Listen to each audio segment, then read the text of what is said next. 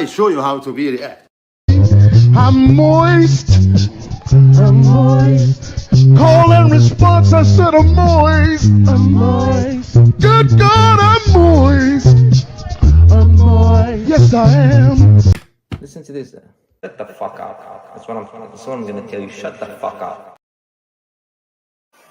Good Sunday evening, y'all. Hello, hello, hello. Oh, that word is showing up in that feed already. How are we doing, y'all? Good to see you. Despite the word that I abhor so much that I'm letting it slide because Jenna is only repeating what she heard. So it's all good. It's all good. Hey, Jenna. How we doing? How you guys doing? I know it's Sunday. It's not a day I normally do these reactions that, hey,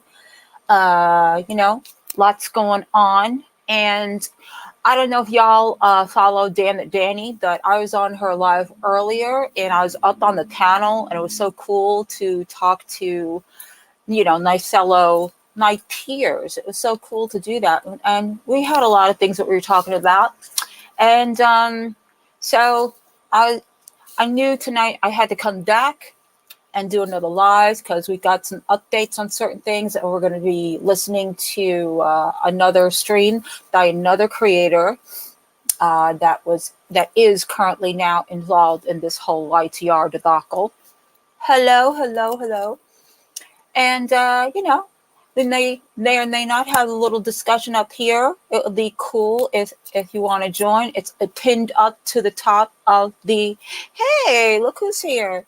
It's pinned to the top of the stream. So, just 1 second. Hello. Standard. There we go. Oh, look at that! Now I'm getting phone calls. Isn't that cute? Yeah, no. No, not now. Okay.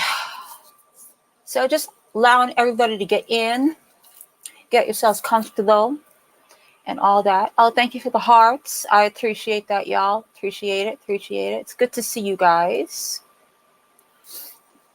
All right, let me say hello to all of my people, the ones that are here presently that I can see. Jenna, J9, Zee, how you doing, girl? It's good to see you. Nikki Hansen, good to see you. Christopher, my love. Kiss my sass. Kiki, Kiki, just check out my name. Kiki, it's for you, Kiki. My name is dedicated to Kiki. And she'll know why. That it's all in good fun. It's good to see you, V. It's good to see you. Yeah, I know. Colleen is, she's back.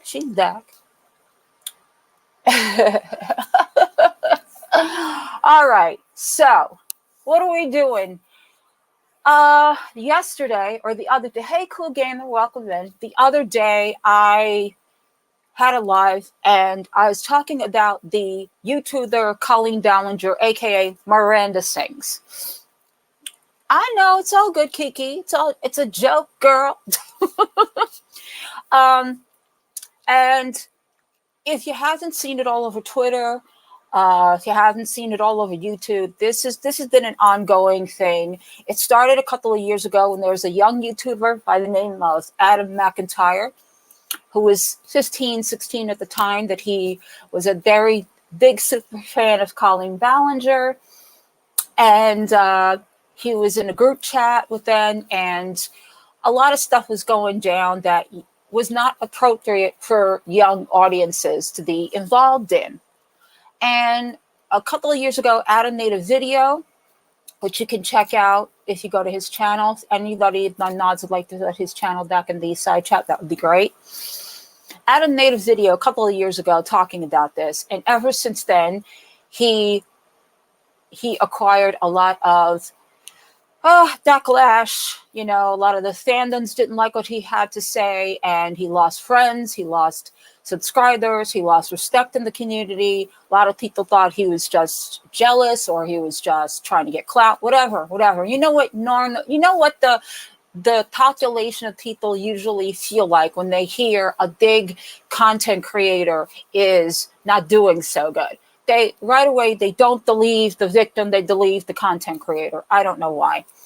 In any event, in recent times, this past week, there was another YouTuber who stepped forward who made a video, and it was also highlighting the Colleen Ballinger situation and sort of kind of in a way trying to absolve themselves in this whole thing.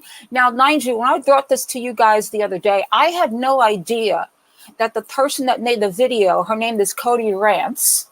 I had no idea that she was of the age that she is. I thought she was actually Adam's age. I thought she was also a victim in this situation, as Adam was. That it turns out Cody herself was also engaging in the same acts, in the same behavior. And what I mean by that is she was also engaging in these group chats where these minors were all collecting themselves, and Colleen, Corey, who is her best friend, and other members of the Ballinger camp were in there and would have these inappropriate interactions with the fans. And the fans, not understanding or knowing better, didn't think too much of it until these videos came out and started exposing. And we're going to dive into another YouTuber's video that's going to give you a little bit more background about the Cody's involvement in all of this. Hi, Rosalind. Welcome, welcome. Ah, you did. Johnny was Colleen's intern, for those who don't know. Thank you. Yeah, so right now on Twitter, there's a lot of young people stepping forward to support Adam, to also send there's a lot of documentation out there of several different interactions with minors that is so jarring, so upsetting. And hey, Danny, welcome, welcome.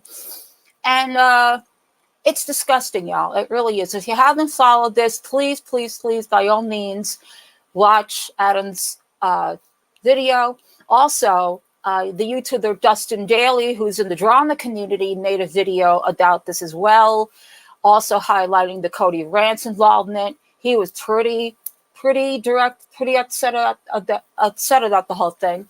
Hey, Emha, it's good to see you. Aw, thank you. I appreciate that. All right, so we're going to take a look into this and speak about it. And then, of course, we're going to jump into the second half, which is about the YTR situation and the nods that left the camp. All right, here we go. And I remember to share the screen this time, you guys. The YouTuber that made this video, her name is Jada Thompson. Very nice young lady, and she kind of just put it all together because I didn't want to put out Dustin's video and Cody's video. Cody currently now has taken down all of her social media, and she's deleted all of her videos. And as we get into the video, you'll see why. And thank you all for being here. I appreciate it. All right, so here we go. A minor, because this guy's a minor, right? And she was in a group chat with him, like about 15 people, and they were minors. Like, you shouldn't be in a group chat with minors. So now Colleen Ballinger is getting canceled basically for inappropriate behavior. But the reason why she's getting canceled is because Cody, or basically the KodeeRants channel, I think their name's Cody, decided all of a sudden to drop this video, being like, yeah, Colleen Ballinger can't be trusted, this and that. Like, AdamMcintyre was right, basically, is what she basically said. So she randomly, all of a sudden, 3 years later, drops this video being like, you know what, Colleen Ballinger really is the bad guy, after Colleen basically a few years ago made an apology and everything, kind of throwing Adam under the bus, being like, he's a clout chaser, he's a liar. Yeah, so to give you a little context, Colleen did address this. She made her response 3 years ago to Adam's original video and did not paint Adam in such a great light. So this is what Jada is explaining to you. It's really not like that. That's it. That's done. And then people like didn't believe Adam. And for 3 years, Adam has been getting like backlash, hate, like he's literally like 20 now, but since he was a minor, getting hate. Like, he's only 20 now. So it's just interesting because the whole reason like also Adam was getting a lot of hate and stuff is because this KodeeRants channel, like Colleen asked her apparently to make a video about Adam being like, yeah, he's just a liar, this and that, whatever, like to be flexed, right? Literally. Okay, I know she talks a little fast. So Colleen asked Cody prior to her video even being put out there to make a video, in other words, damning Adam McIntyre for the truth that he put out there 3 years ago. And Cody was asked to do this, and Cody did such things. Literally asked them to. And she did. And they did. So now all of a sudden the KodeeRants channel wants to come out and be like, oh yeah, Adam was right. Like Colleen is really the bad guy. So now people, after the whole thing blew up, right, just the other day, because this is happening in real time right now, it just blew up because people are like, oh my God, like, she really, like, Colleen really did F over Adam. Like, Adam was right this whole time, this and that. But now people are looking at the messenger like, hello, weren't you in these group chats too? Like, we have to remember this Cody person is also, like, a 30-year-old.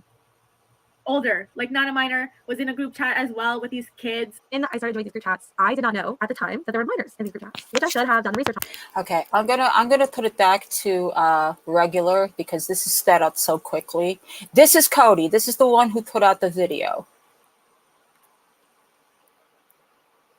So I would apologize to any child who were in these group chats. I should not have been in a group chat with you. There's no excuse. You know what's funny is that she says it so quickly. And I was also an active member. And I also, you're 30 something, she's now 29, 30 years old. Or she was 29 then, I think. I had no idea. To look at Cody, she looks like a young kid. Okay, looks can be deceiving. But she's also this age. And she also was engaging in the interactions, the fan fiction, the videos, the condemning of Adam McIntyre, the inappropriate talk to these young people. And now you make this video 3 years later. You have Adam sit on all this. 3 years later, you come out with this video. And now you want to absolve yourself of this whole thing. Excuse for that. Should not have been in group chats with minors. Done. Period. Let's move on. Like, kind of almost doing the same thing. Yes, right? Jenna. And all of a sudden now they're gonna be like, yeah, Colleen Ballinger's the bad guy, this and that. So now Cody's getting so much heat on like Twitter and everything because people are like looking at you like, well, what the fuck? And also the fact that you had information this whole time to, you could have cleared Adam's name. Since when did you find this out? Toxic fandom online. And if there's a lot of backlash, great. I'll get more money. Cody, you were a part of that fandom. You contributed to this. You admitted this much in this video because you said that you wrote fan fictions about the people and the children that were in these chats. Hang on, and now people are sainting I don't know Cody what as just if happened. Always something during Collie streams. Always something. Hang on 1 second. Let me reshare the screen. Okay, so the person that you'll see now, this is Dustin Daly. He is a drama channel, essentially, and he's also now coming out with what he knows about the situation. Cody has done is admirable. It's not. She admitted to doing this same type of shit that Colleen Ballinger was doing, and I don't understand why people are giving Cody some kind of green light to get past this. This does not excuse anything that Cody's done. I should not have been in a group chat with you. There's no excuse for that. Should not have been in group chats with minors. Period, point blank, end of stories. Right? Since when did you find this out? You could have like helped Adam out like 3 years ago. Like 3 years ago now, you decide to like all of a sudden, you know what? Adam was really not the bad guy. So for Cody to be like spearheading this takedown of Colleen Ballinger, who has also done terrible things, equal to what Cody has done, mind you, equal. Because I look at it this way, like if two people murdered people, it doesn't matter who did what. You're both getting fucking charged. You know what I mean? So I'm gonna let y'all in on something really quickly. And she said this is off the record, but you know what? If you can share DMs, if you can do all this different shit to Colleen and you participated in the same shit she did, you should face the same repercussions. So on May 12th, 2020, Colleen Ballinger posted addressing everything. And it was the video where she addressed Adam and pretty much made him look like a piece of shit and deflected everything that she did or downplayed what she did to this kid. And in hindsight, it fucking enrages me. So Colleen posted this on May 12th, 2020, right? So tell me why, when I messaged with Cody the other day, I scrolled up to just see what the context of our conversation prior to me engaging with her in 2023 was. Tell me why the first thing I fucking see on my screen is a message from Cody on May 11th, 2020 that says, "This is off the record, but Colleen apologized to me privately and is going to make a public apology, just FYI." This was the day before Colleen posted her video. So why now, Cody, are you coming out and acting as if you have some kind of bone to pick with fucking Colleen Ballinger? And this is what really chaps me, because as Dustin just said, she came out with her video addressing everything the day after. So Cody knew that she was going to do this because she told Dustin, you know, she's going to make an apology video and everything's cool and everything's kiki. Then what's all this about all of a sudden? Now all of a sudden you got a guilty conscience that you decided to put out this video after Adam had to endure 3 years worth of grief for this? Hey, Chispa. It doesn't make sense. And these are adults making these kinds of decisions to do what? To hide, to make everything seem like a mirage. Oh, they'll forget. They won't remember this. The internet does not forget, y'all. Okay? The internet does not forget, especially when you're talking about young people. All right? We see it every single day. And I know that unfortunately, you know, things get blown up because of who they are and what subscribers they have, but we see this constantly. And it's unfortunate that it has to get to this in order to get any kind of justice. And just so you guys know, Colleen Ballinger has not responded, has not said a word. In fact, currently, she is on tour. She is on stage. She is in Denver doing her show. And the coward that Colleen is, she beefed up her security. They're selling T-shirts that say canceled on them, as if this is a joke. And they're going along as if none of this is going on behind the scenes. It's ridiculous.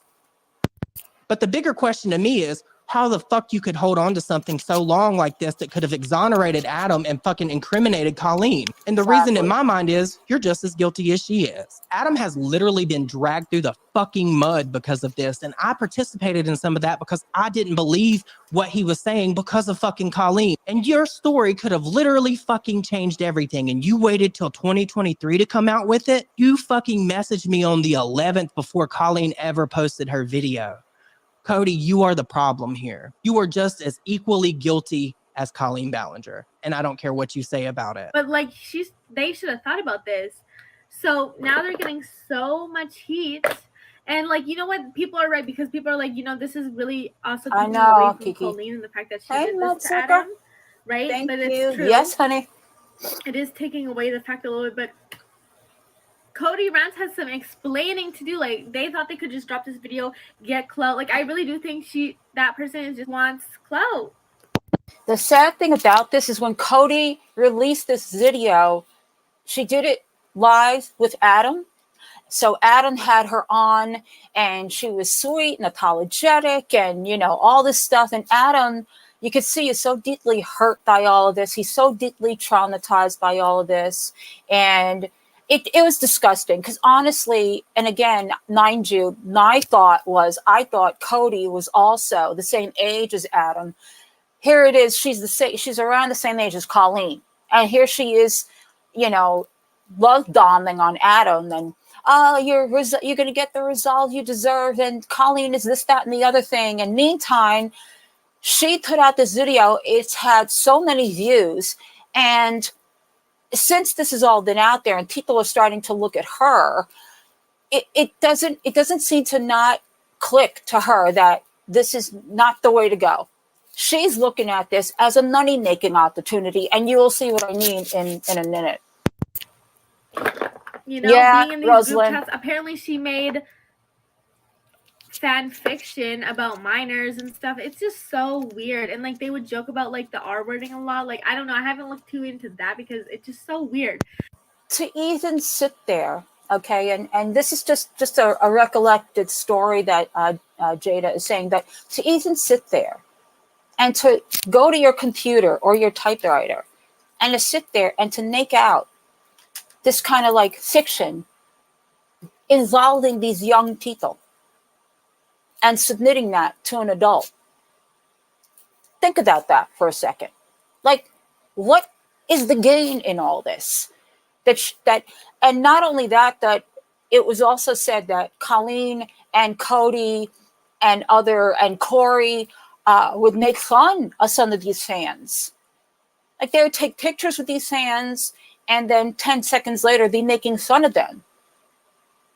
Yeah, Chris Chan, yes, that's correct, Kiki. I mean, like, you have to really think of what kind of a mindset you have, or what kind of, I don't even know how to even describe, like, what you think you're valuing or giving out there as entertainment or offering to these people that are so blindly following you and they look up to you, and this is how you treat them. This is a moral degradation, okay?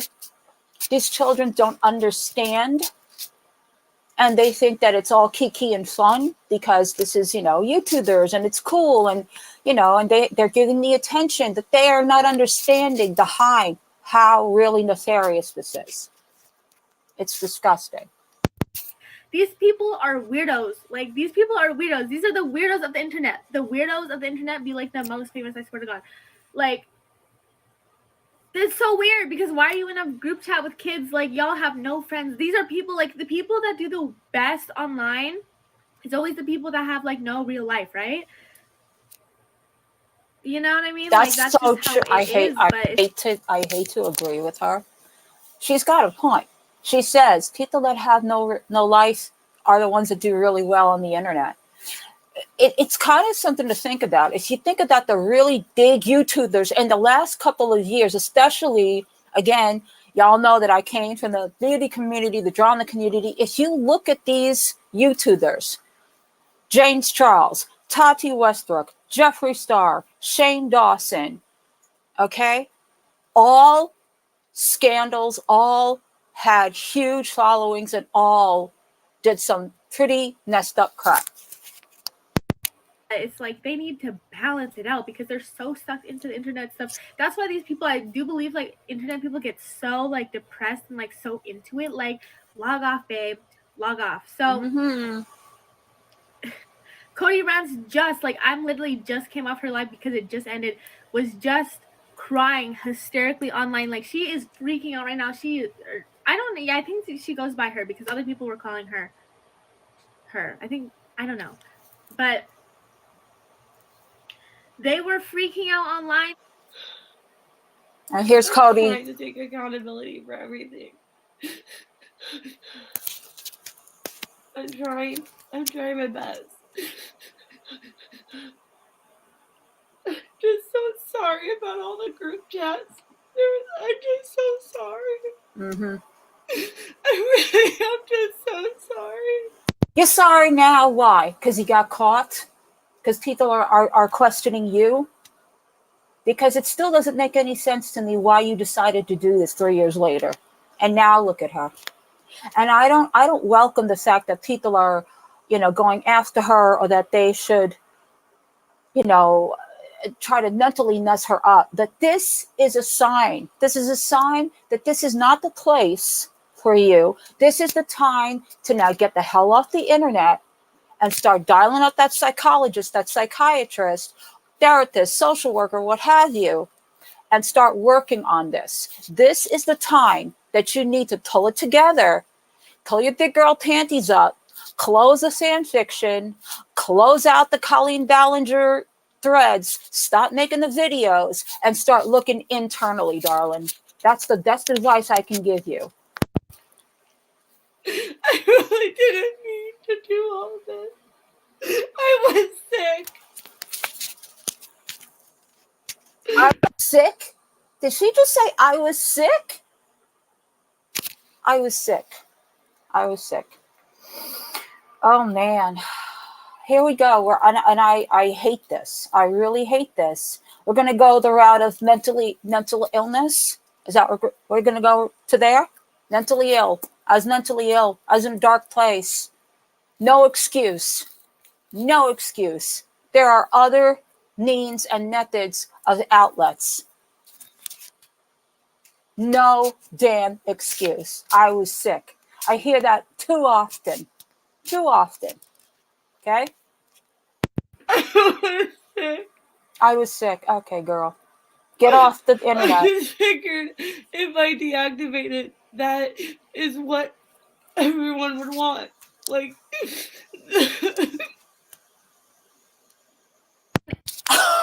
okay.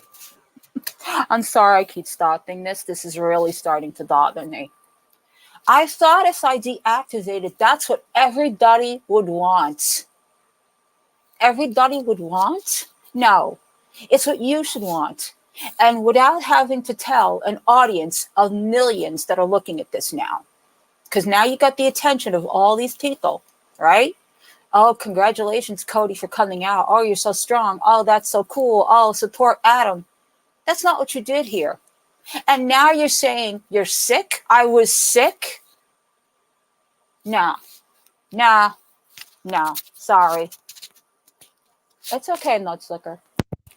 And like deactivated their Twitter just a little bit ago. Like they deleted like almost all their other videos. They only kept up the one video because they are getting so much hate right now. It's actually insane because like you really didn't think people were gonna look at you and be like, the fuck, like why didn't you say something before? Like what is wrong with you? Like because they were doing the same shit, right? So all of a sudden, like what changed though? Like people don't want to know what changed. They're gonna address it. Like they have to, like they should, but they were just online being like, I'm deactivating everything, I'm logging off or whatever, and she's just hysterical. You need to log off. This is not a good look for you. The YouTuber that's talking to her name is Xylee. She did a live stream as well. She does live streams. She was also on yesterday on Adam's Twitch talking about this whole situation, but she was watching this as this was going on, and she called in, and she basically, and Cody's like, what should I do? What should I do? And she's like, log off. Get out of this. She got more hate for deactivating everything. Well, because of the way she went about it, Rosalind, okay? When you know that you are in the hot seat, when you know that you've done wrong, okay? And this, again, the way that she came to do all of this, the start of this, it looked like something that to nobody who knew about this story, about her, that this was an innocent thing, like, oh, wow, it's really cool that she's stepping forward and, giving Adam his due. That it's not. Because she participated. She is an active participant in all of his trauma. Okay, in a lot of his trauma, because she was right there at Colleen's side up until it got too hard for her. Hey, Arc Girl. And even now, this live stream, what are you doing? I'm going to deplatform myself because that's what everybody wants. Okay, I'm trying to do the right thing here. No, you're not. You are looking really bad right now. Yep. Cool. Doesn't matter. I'm not going to be online after this. Okay, fine, great. I do not care. But you need to Look at this. Look at this. This is funny. This is funny. It's okay, Danny. Yeah, I started this the other day. This is actually what's going on right now. This is about Colleen Ballinger, who is Miranda Sings. She's a big YouTuber. And there's a lot going on. A YouTuber stepped forward, AdamMcintyre. He made a video 3 years ago talking about this, and he got shunned for it. And 3 years later, this individual, KodeeRants, puts a video out there trying to absolve herself. And quote unquote show Adam support when basically she was doing the same thing. She was involved in the same behavior. Very sick, very sick. Look at that laugh. What is so funny? This is funny to you. Nah, I'm gonna wait. And like they were going crazy. People were like, "Oh my god!" Like she's saying she's deactivating, but she's literally on live stream right now. Like someone like deactivate, like log off, like holy shit. And then Adam was also on that live watching because he was like, Yeah, you know, just like you did to me. Because like Adam actually was like, you know, I have no beef or no hate toward Cody because you know it happened. The same thing happened to me. Like Colleen, like brainwashed or whatever. Like Colleen, you know, whatever. Do this video because you wanted the truth out. I did want people to know the truth. I did want people to know the truth. You know, I'm really fucking sick of people telling me they know everything about me and how I feel and why I do things. But you don't know. You kind of told on yourself when you made your video, though. Do you not understand what I'm trying to say to you? You told. I am mad at them because of them fucking telling people to people. Of your video, you practically told on yourself of why you made the video. Oh my god. And then, again, when you went to talk to Adam, you practically told on yourself on why you made the video. The thing is a lot of people don't know how to listen to every single word somebody says. I get nitpicky. Okay. What parts of that? You did it because you were mad. You were mad that they turned on you. Yep. I agree with what Xylee is saying. There's no other explanation. Okay, because if you really were in support of the fact of what was going on and that you're against this and that Colleen brainwashed you, quote unquote, as you say, and now, you know, you're duddy up to Adam, then why did you do what you did? Why did you do what you did? Why did you involve yourself? Why did you come out and tell Dustin, Colleen apologized and we talked about it behind the scenes and all is good? No. There's no cleaning this up. Exactly, Art Girl. Exactly. It's unfortunate that she says it that way, that it's true. Then why wouldn't I make it a year ago when Corey blocked me? Good question. I'm just really confused. There you go. There you go. Why wouldn't I make it a year ago when Corey blocked me? You just gave it away, sister, because it took you a year to conjure up, probably during this whole time, when they probably were not taking your please take me backs. Where's that? Where are those receipts? Where are those receipts? So you're probably begging to come back into the fandom. You got blocked. Therefore, you're sour. You're a disgruntled, what we call disgruntled. And at this point, hey, Third Cheeseburger, good to see you. Welcome, welcome. At this point, girlie, you decide, I'm going to get you. I know how to get you. I'm going to come out and I'm going to make a video exposing what you've done, what we all did. And I'm going to look better than you because I'm going to tell them that I got brainwashed too. Okay? That's how this went down. Why people are saying that. Wait. I asked you the same question. But I didn't, because I wanted to look up stuff on my own. You're so and I needed to work through. You're so full of shit. You wanted to look up stuff on your own. No, you wanted to figure out a plan. You wanted to make this as public and to make sure you got attention that would make you look good. And let's be fair, you know, millions of eyes are gonna be on this video because it's Adam and it's Colleen, and you're gonna make some dank off this, girl. Didn't you say that? Didn't you say something about money? I think she does. Then why didn't you hand over the Adam part to Adam? I honestly, I cannot tell you. I cannot tell you. I cannot tell you. Actually, thinking about this and like what you said, I should have done that. You're right. Mm-hmm. You're right. I mean, come on. He's 20 now. For 3 years, this kid has been called a liar, a manipulator. He has been called just about every name in the book. I remember having Adam on my channel, and the comment section, I would have people going, "Oh yeah, Adam seems nice, but he's just a manipulator. I don't like him." Imagine. He's not a manipulator. No, Even you after are. him saying all this stuff, I don't have anything bad against was him. the one that painted him that way. Mm-hmm. I know, but that's when I was being manipulated. I can't with this girl. You're being manipulated. You're manipulated. You're manipulating. I don't have anything against Adam. She says that, you know, that low tone, like looking to the floor, thinking, now I don't, but I did. And as you say, starstruck.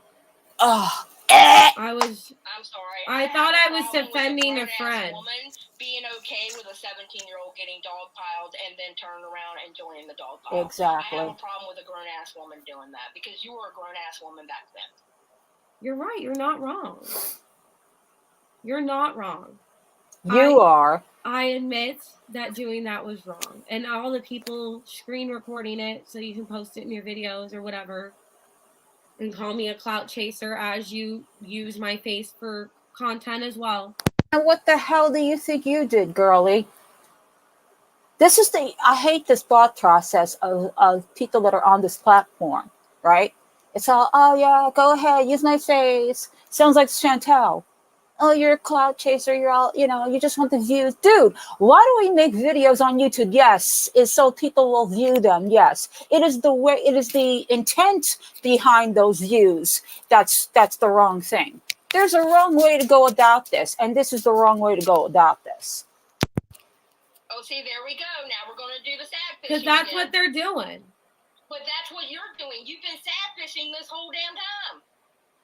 I have none of my videos up except the one on Adam because Adam wants me to leave it up, so I did. Bullshit. Yeah. Bullshit. Because the last I saw, it had like 52, I don't know, 52K views. It could be more than that. Okay. So? You're running. Okay. I'm not running. I just want to protect my mental health. You're absolutely running. You got rid of those videos. Well, I don't know if you deleted them. You could have privated them. They're privated. Every one of I them know, is private. Layla. You're running. I'm trying to protect my mental health. I can't. I cannot. I cannot. Just taking a second, y'all, just to breathe right now because of what she's saying. I'm trying to protect my mental health. What about the mental health of Adam? What about the mental health of all of those young people that are coming forward now and showing their receipts all over Twitter of these conversations? What about their mental health? What about that? What about the 3 years that Adam had to sit on this? What about that? What about what he's going through currently with all this resurfacing again and reliving this again and having to hear this day in and day out and not even being acknowledged by Colleen or anybody else? What about that? But your mental health. Okay. Because you didn't insert yourself in this whole situation, huh? I really am. If you were trying to protect your mental health, you wouldn't be Exactly, in the Jenna. live stream right now. The reason I'm in the live stream. I didn't want to come up here and talk to you because I don't think you are mentally ready to have this conversation with me. But you won't stop. You need to get off this fucking live stream because obviously your mental health is not doing good right now. There you go. Like you used mine. Do you know when you can start it after a while in an individual that it's gone further than the reality that they're aware of? Do you know when you see it like just pass over them because reality is not even being considered right now? It is beyond that. She's now in another whole state of mind, like days 9. Yeah, I did. It's also Art Girl. Portions of Dustin's video is in this video as well. But yes, I did see the whole thing. Adam. like you used Oh my God. Adam, I'm sorry. I'm sorry. I should have given you the screenshots. I should have just not talked about my stuff. How do you say your name so I can know? Oh no, it's Xylee. Xylee, okay. Yes. Xylee here is correct. I should have just done that. Yeah, I should have just given them to you and not said anything else. Shoulda, But coulda, you gotta woulda. remember, Colleen is also like was not a minor. She was an adult. They were an adult, like old as fuck, like in group chats with kids, like being weird. Like y'all don't have real life things going on for real. It's crazy. It's crazy. So anyway, Justin Daly, he's another YouTuber. Like I've heard of him before, but like I don't really watch him. But maybe I'll start. But he came out with a video basically addressing the Colleen stuff, but he really focused it on Cody. He was like, okay, you know, yes, the Colleen stuff is bad. Like, I'm so sorry. I apologize to Adam because, like, nobody believed him before, but now people believe him because all this stuff came out, and I'm so sorry. He watched the whole thing. But he was like, well, let's talk about Cody. You know, really focusing on Cody because the fuck, bitch? Where was you? Where was you when Adam was getting hate for years, right? And that got all of us thinking, right? And now everyone on Twitter is like looking through her old shit, blah, blah, blah. So she had to deactivate her Twitter with the quickness. After she was talking about like, you know, Colleen Ballinger and like her Corey or whatever deleting shit. And now she's deleting shit because that makes you look guilty when you delete shit, right? People don't like it when you delete shit. Because why are you deleting shit, right? Exactly. Because it makes you look even more guilty at this point. Deleting or just pretending it's not happening. It's pretty much the same thing. Colleen is pretending this isn't happening, they're not responding, and Cody just decided to delete everything. Oh, wipe it clean. They won't remember. The internet never forgets, darling. So, yeah, this shit is unfolding in real time, y'all, and it is crazy. Like, exactly, J9. It's crazy. And, like, Colleen hasn't said anything about it yet. Colleen still needs to make her video basically addressing it. Because, like, bitch, if you don't, like, this is almost as big. Like, this is seriously as big as a cancellation as Shane Dawson. But the only reason, like, Shane Dawson was canceled, let's be real, y'all, is because he logged off. He, like, you know, that's why canceling was such a big thing. Because you're like, oh, we can really cancel people because it really worked with Shane. Like, he logged off, didn't come back for months because he just couldn't handle it. But with like the James Charles situation, James Charles like just kept posting, right? So he didn't. Yeah, and he's also involved in this whole thing, James Charles. Don't think that we forgot you, because we didn't forget you. That when the Shane Dawson thing happened, all right, we saw it unfold. We saw, you know, the back and forth. Shane basically was blaming Tati. Tati was talking about James. James was blaming Shane Dawson. All of them, all scurrying around like, how are we going to deal with this? How are we going to deal with this? In the end, Shane looked the worst because of Shane's past and things that came up that Shane was doing in his skits and things of that nature. A lot of inappropriate content that Shane, hey, our lady, that Shane got himself off the internet for a good long time. But people like James Charles and Colleen and, you know, all these other people, they just continue on. Like, nothing happened. I'm innocent. Nothing happened. I made my token video 3 years ago and all is good. And, like, lose as much. Because, like, really, when you get canceled, you basically cancel yourself. Like literally, Trisha Paytas has said it. Like, you can't cancel me. You can't cancel me. Because who's going to cancel you if you really, like, don't stop posting? Like, you just really cancel yourself. But you know, you do get flooded with hate. Like, you can keep posting, but you're just going to get flooded with hate. But eventually it does die down. Usually this will be like for a week, and then it does die down, and then, you know, you still have those people, like, you still get hate forever. I mean, but you do get hate, like, regardless. Like, even on my videos, it was like, you know, I get hate, like, you know, this video was dumb, this and that, like, you didn't do a good job explaining. Okay, so, like, I don't know every single detail. I'm just knowing what I know, like, what I... Hey, Skinny Queen, okay? welcome. I haven't been falling deep into the Colleen shit and whatever for years. Like, I'm not in these freaking group chats that know everything. Like, you know, I just... Yeah, here's a little piece of advice to you guys. And this is anybody that follows, you know, somebody that you really like, and I get it that people want to feel closer to the person that they look up to, you know, especially when you're younger. Listen, if I was a teenager, and back when I was a teenager, and Michael J. Fox, let's say, because I had a big crush on him, if he had a group chat, yeah, I probably would love to join that because I love Michael J. Fox, but I would want to join that because I want to be with the other fans. And yeah, do I think it's cool that Michael J. Fox looks at this? Yes. But would it feel weird and creepy if Michael J. Fox decided that he was going to ask like about my period or if I was a virgin? Absolutely. There are just lines that you draw after a while. Okay. And what you're doing also, you don't understand this, how fragile the mind is to a youngster, okay? You're helping form the way they think about themselves. Adam had such a hard time with his body, okay? A lot of the kids were talking about body images, things that they were told in the chats about their body and how they could look skinny and they should be at this angle, that angle. Like, these are not things that content creators should be saying to anybody, period. Never mind young kids. You're molding the way this person's thinking about themselves. I follow what I need to know to do my job, okay? So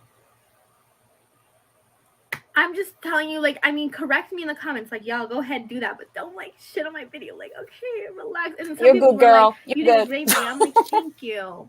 Thank you. Because regardless, I'm still talking about it. People need to talk about it. Like, people were like, why aren't YouTubers making videos about this and that, whatever. Like, I'm going to fast forward to Dustin's part. Because if people don't talk about it, it's not going to be known, right? Bailey releases his video.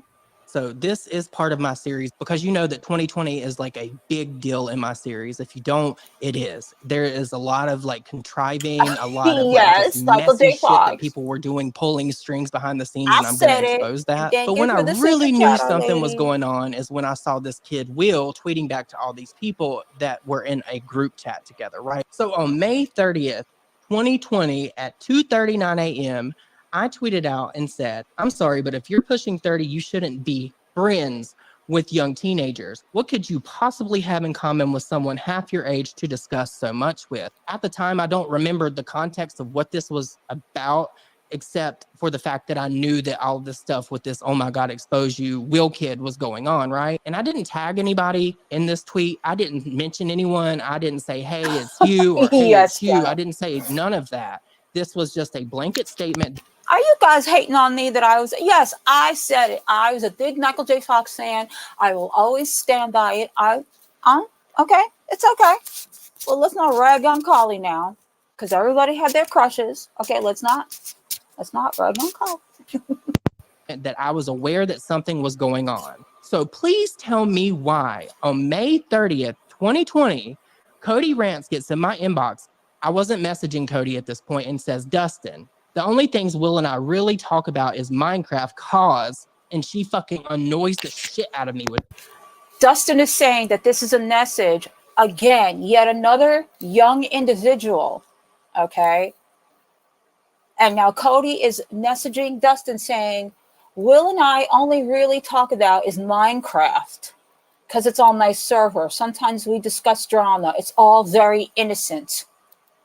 Why do you feel the need to even say these things? Why do you feel the need to because Dustin tweeted something that wasn't even necessarily about you, that you felt such guilt that you had to privately DM him, tell him this is off the record, and tell him it was innocent. It was only about Minecraft. Like, sick.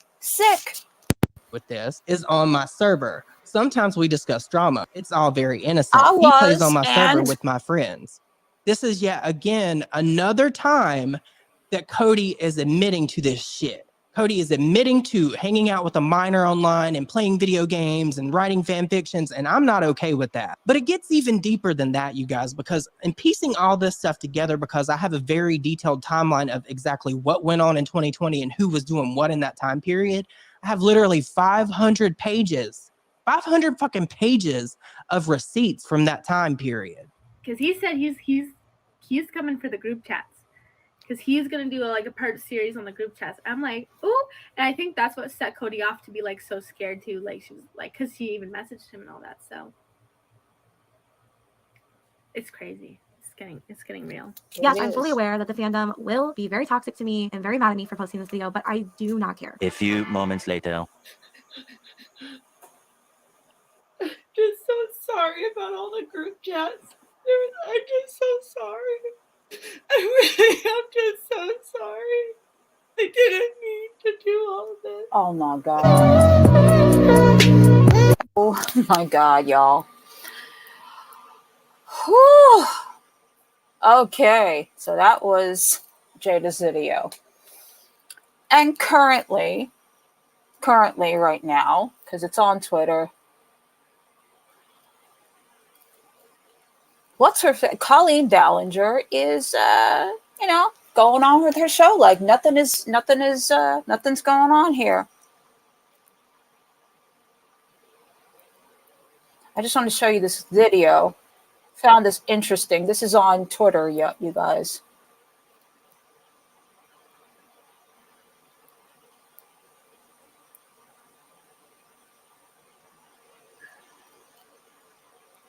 This is currently at her show, Colleen. Colleen and Shelly are standing at the high school, just hanging out. Colleen is excited, and Shelly looks cool.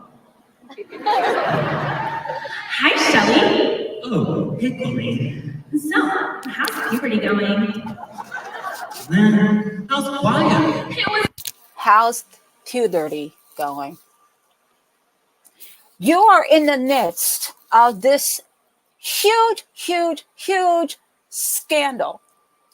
You have behind you what looks like it was written by a young child, and you're acting this out on stage.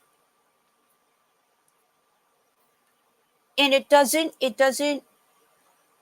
I don't know, click to you how wrong this is.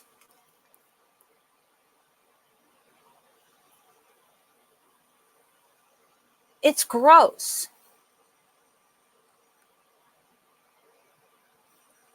Hang on, yeah. Here we go. What's the bum? I tried talking to you on phone last night, but you didn't respond. What's up with that? I don't know. Hey, I'm going to a party tonight. You want to come? Well, sure. I've never been to a party before. I'm nervous and scared and excited. Lord, help me to do the right thing when I'm there and not be tempted by Satan. Later that night. Wow, cool party. I agree. Hey, I have an idea. Why don't we drink alcohol?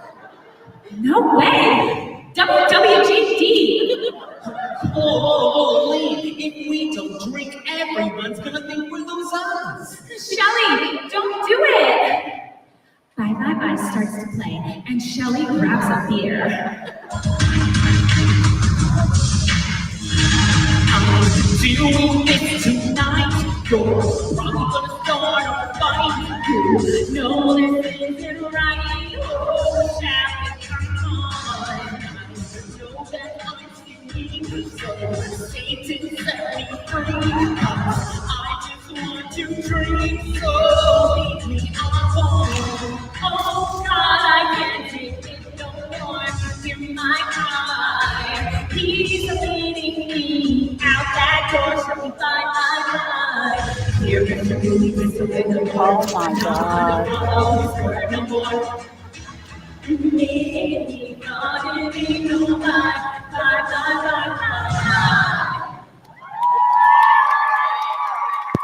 I am shook, you guys.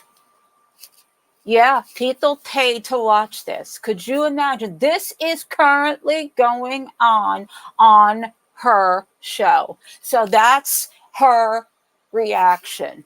This is how she is treating this whole thing, knowing these young individuals are going through this currently. This is how she's handling this. I can't even. And she doesn't even have any kind of like, I don't know. Yes, people pay for this. She has no remorse about this. This is her answer. This is her answer. Behind her, you could see it looks like a child wrote it. These are adults sitting out there acting out as though they're young children. Yeah, exactly. And I got a bone to pick with that, being a friend of Joey Fatone's. Anyway, but it's like, and now Adam has seen that, and everybody else has seen that. This is her answer. That's her answer to all this. It's disgusting. I don't even want to see an apology, because you know what? At this point, the real response is what we just saw. Yeah. Corey's. Like I'm saying, it's just, imagine being one of those kids that came out and showed these DMs that was going on of exactly what they just played out on stage, knowing that your favorite content creator doesn't give an F about your feelings, about what it could have done to you. Yes, I agree. It's disgusting. It is disgusting, y'all. I can't. Oh, Feldman, let's not even go there. Corey Feldman, you're a fan of this Skinny Queen? Listen, he's a cutie. I won't deny that. I've worked with Corey Feldman. He's quite the character. I'll just put it that way. I don't even know if an apology could even be made. If I saw this, I wouldn't believe a damn thing that she had to say. Because to me, that's her answer in this whole thing. Yeah, Randy, that's a completely different thing. Entertaining kids and also engaging with them like you're their age, that's two different things. Two different things. I work with kids all my life. I volunteered and done stuff. I worked, in a school system. I still work in the school system with young kids. You don't go to this. This is not the level you go to. When you're in 5th grade, I got you. And it still is, Chris. Let's not lie. Exactly.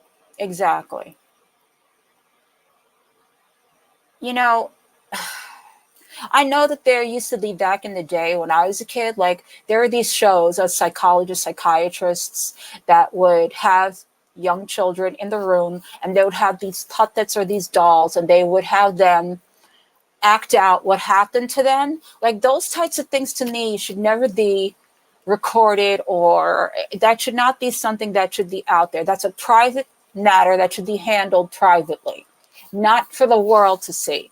And to me, that's what she just did. She just laughed and made fun of this whole thing. Yeah, yes, Our Lady. But if you know what she's been doing behind the scenes with her fans, it's not funny. Exactly.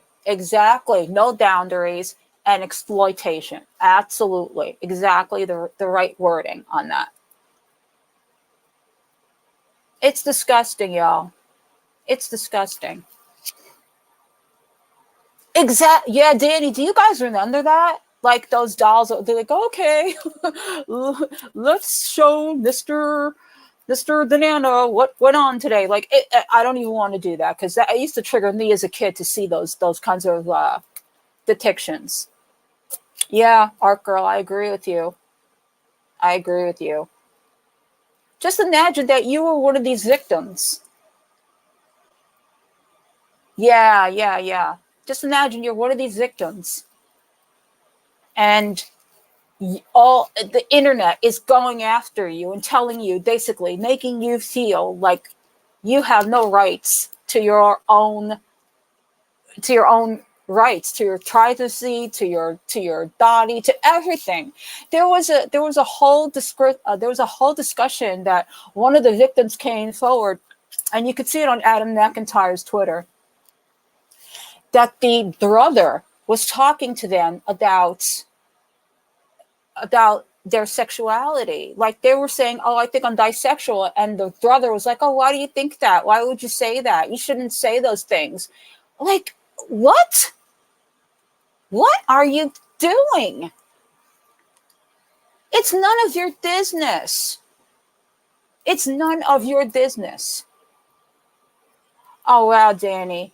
I'm so sorry to hear that. I'm sorry to hear that. Hugs in the chat for Danny. And I'm with you, girl, because I've had something like that in my life as well. You don't know a person's story. You don't know what you could be triggering. You don't know what you could be affecting at the end of the day. It's not just about like, oh, they're just so cool. They're funny. They make jokes. You know, no, not like this. Not like this. Thank you, guys. I appreciate that. Okay. Not that we're going to get any lighter, but switching gears back to girl world.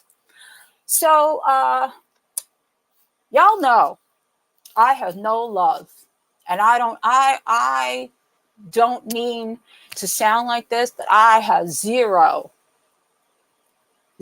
regard for certain people in this community that have been blatantly bigoted, blatantly racist, blatantly disgusting, and it just keeps going on, because once you leave one community, it's like, oh, I could go to another community and get away with it.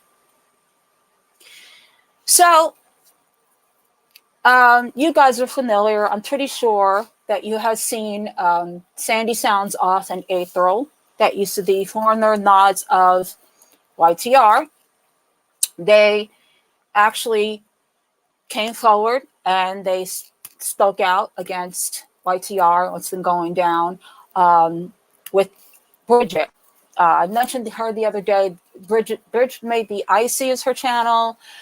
She does a lot of reacting to YTR. And I had no idea that this existed until I went to Twitter and I saw it happening. I was like, uh-oh. I get nervous for anybody going down that road, because you guys know why. Hey, Ariel. Oh, Ariel, how are you, sweetheart? I miss you. So I know a lot of you probably have seen it. Some of you have not seen it. We're going to look at it. This is Bridget's video. She had, hey, NCN, you are unblocked, my dear. You're unblocked. You're here. And I appreciate NCN. I also said to NCN that I extend to Sandy and to April an olive branch. You know, things didn't end well here, and that's got nothing to do, it's not their fault. I understand what they were doing. More so Sandy, not April. I don't think I had an interaction with April, but for Sandy, because I know she was only doing what mods do. Anybody would protect me if anybody spoke badly about me. So I get what they were doing and why they did it, and I don't hold any harbors or any bad feelings towards them. I have a lot of respect for the fact that they came through this, and it could not have been easy, especially when people are going behind paywalls and having streams and talking badly about you and playing victim. Because she's good at that, isn't she? Playing the victim. They're so mean to me. They were talking badly about me. They took away my ideas. Yeah, okay. Y'all know how I feel. Earn the gird. Earn the gird. Hello, Earn the Gird. Everybody in the chat. It's Earn the Gird's birthday. Happy birthday, Earn the Gird. Yes. And NCN, you're more than welcome to come up if you want to after we view this. I'm sure you've seen this video 6,000 times. I know a lot of you saw this. I know Skinny Queen, I know you did a live. But I have a few things that I did want to say. You're welcome, darling. Happy, happy, happy.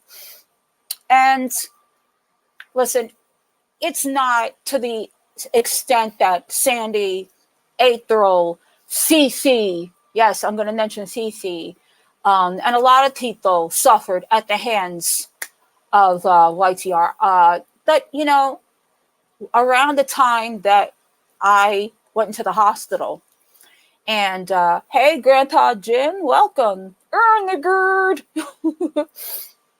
I agree, Ariel. Around the time I went to the hospital when I was sick, and you guys knew, you know, I told you guys beforehand, and then everything happened, and I had the surgery, et cetera, et cetera.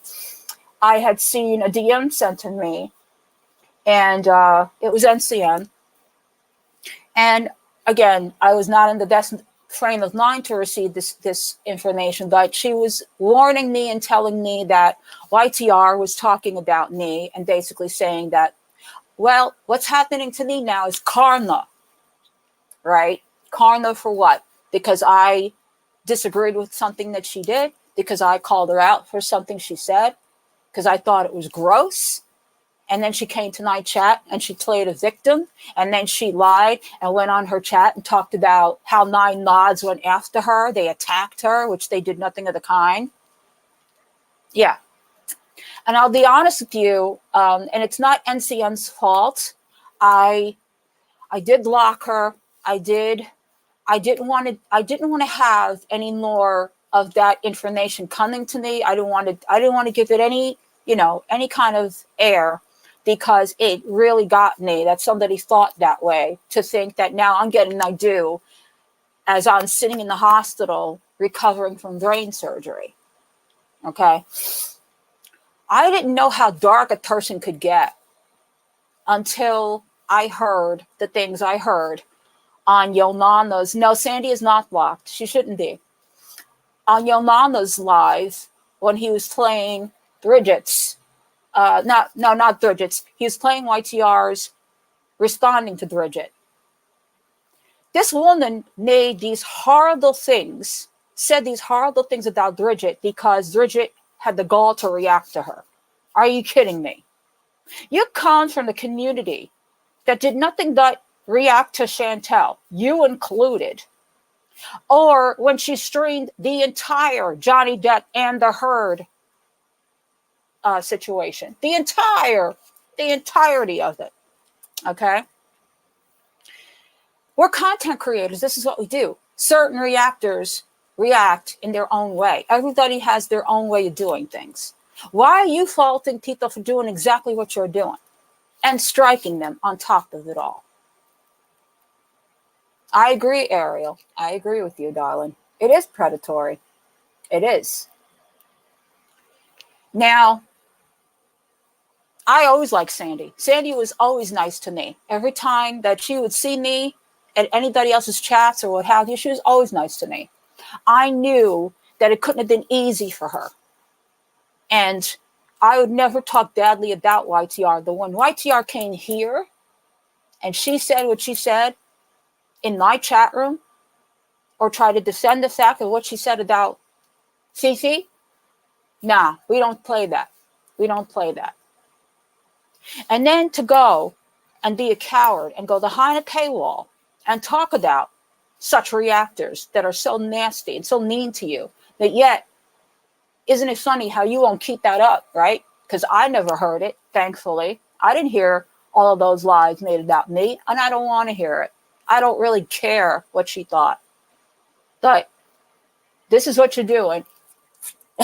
Yeah, Irma gets it. I told Kiki, I was like, I did this for you, honey. Yes, Our Lady. Yes, Our Lady. See, I used to be really friendly with YTR. No joke. I used to be really friendly with YTR. I actually liked her at one time. I thought she was pretty cool. When I first started going to Nantes, you know, YTR would be up there, and there were times her and I would be up there together. I was also on YTR's channel the day she got yeeted by Chantel. It was me, it was her, it was Sandy, and I can't recall the name of the other person, but there was somebody else there. We were talking about Chantel, And all of a sudden, boom, there goes the channel. And I felt so bad. I really did. I really felt horrible. I was like, oh crap. Like, again, because YouTube will pull you down for anything, right? And I was so apologetic to her. I was like, I'm so YTR, I'm so sorry. And I offered to allow her to come on my channel if she wanted to, which she never did. Not outside of just either being on panel or on my side chat, but I did offer. And I'm kind of glad that that didn't work out. Yeah. I'm being old Collie now. So, like, I really did like her at one time. I thought she was really cool. And I used to see her in everybody's chats. When she lost her channel, she was in Danny's chat, Monty's chat, Kaya's chat, whose chat, whoever was open, there she was. Okay. But later on, when the Monty thing happened, and that's when it basically opened up. I mean, we had this discussion earlier today on Danny's. When the Monty thing happened, when the exposure of the Kiwi Farms night coast, and I had, said what I said, everybody turned on me. And YTR was one of them, because they were loyal to Monty, what have you. And okay, it is what it is, Kiki and I had this conversation earlier. She was apologetic and sorry. And I get it. I get it. I understood why people were against me and why people said the things that they said. Okay. Because Monty was a big deal back then. And none of this was something that people wanted to hear until people started coming out with their stories. So after all of that, I guess YTR got her channel back, or I don't know, went on a different channel, what have you. And I really didn't bother with her after a while. I basically got the idea that she was on Monty's side. And I know that I heard through the grapevine, I heard about Collie's a victim, and Collie is, all these things. Irrelevant, that's what it was. I remember a live where I heard somebody had told me that I was irrelevant. I'm like, okay, that's fine. I'll be irrelevant. I'd rather be the irrelevant one sitting here than be in the situation that this one's got herself in now. Okay? That's how I feel. It's funny because when the whole thing went down, the first time, when I first left Monty's channel, I had been friends with his former mods. And we're talking No Justice, No Peace. There was a whole group of them. A bunch of them. I was friends with them. We had a disagreement on my Discord. And after that, I was painted out to be the bad guy. Okay. And that's why Monty, in the beginning, before all this went down, was basically like, you need to fix this before you come back to my channel. And I'm like, yeah, no, that's not happening. Because a lot of shit went down in my Discord with people that I thought were my friends that basically turned on me because I dared to disagree with No Justice, No Peace. Okay? And not to get involved in that whole situation, because that's over and done with, and it's not something I want to relive. But a while back before that, YTR had our Discord, and I was in that Discord. And then next thing I know, I was kicked out of that Discord. And I never understood why. But at the time, it was like, okay, whatever. Just kicked out of the Discord. That's okay. That's cool. When I walked away from Monty after the fallout with No Justice and the rest of them, I get a DM, Discord DM from YTR, who now decided she wanted to tell me why I was kicked out of the Discord. Oh, because you were friends with No Justice, No Peace, and, I have had all these problems in other communities, Okay, I gotcha. So it's really funny to me that a person who was run off by other people that they felt were strong or had opinions about them or didn't like them, she ran to her little corner. But it didn't take long to start talking badly about the same people in your community, right? Because you had said you were tired of different communities and you were kicked out of this one and kicked out of that one. And I didn't even think about it until now. Until now. Because I find it hysterical that we're dealing with, well, this community don't want you no more because we figured out, or everybody finally figured out what you're made of. So now you're on the other side. Oh, yeah, of course, Ethel. Absolutely. I'm absolutely, definitely okay with it. Hang on one second. She shouldn't be blocked because I really thought that I went in and unblocked all of y'all, but I will definitely go back and check that again because I really did think I unblocked y'all. But, so, sorry guys, I'm just plugging in my computer, my laptop. There we go.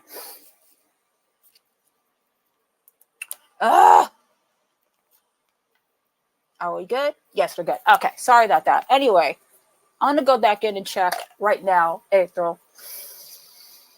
Thing is at the end of the day,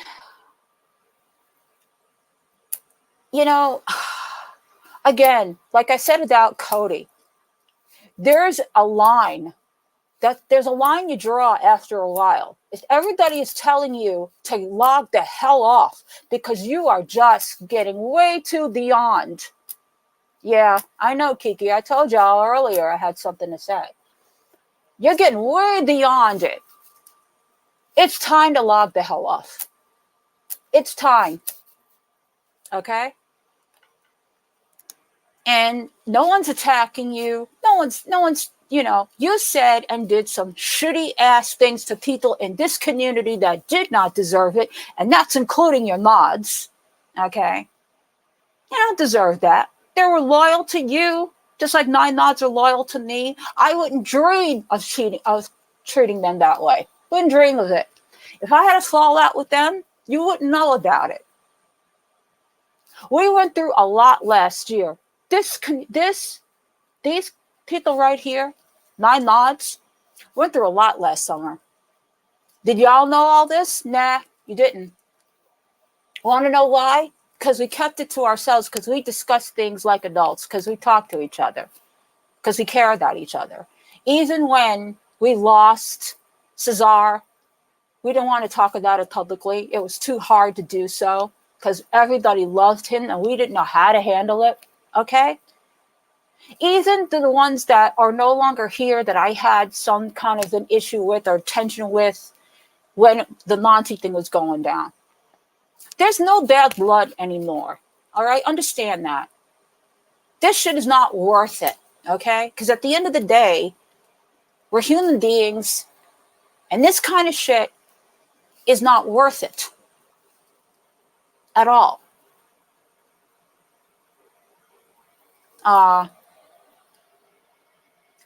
Well, listen, we're confused too.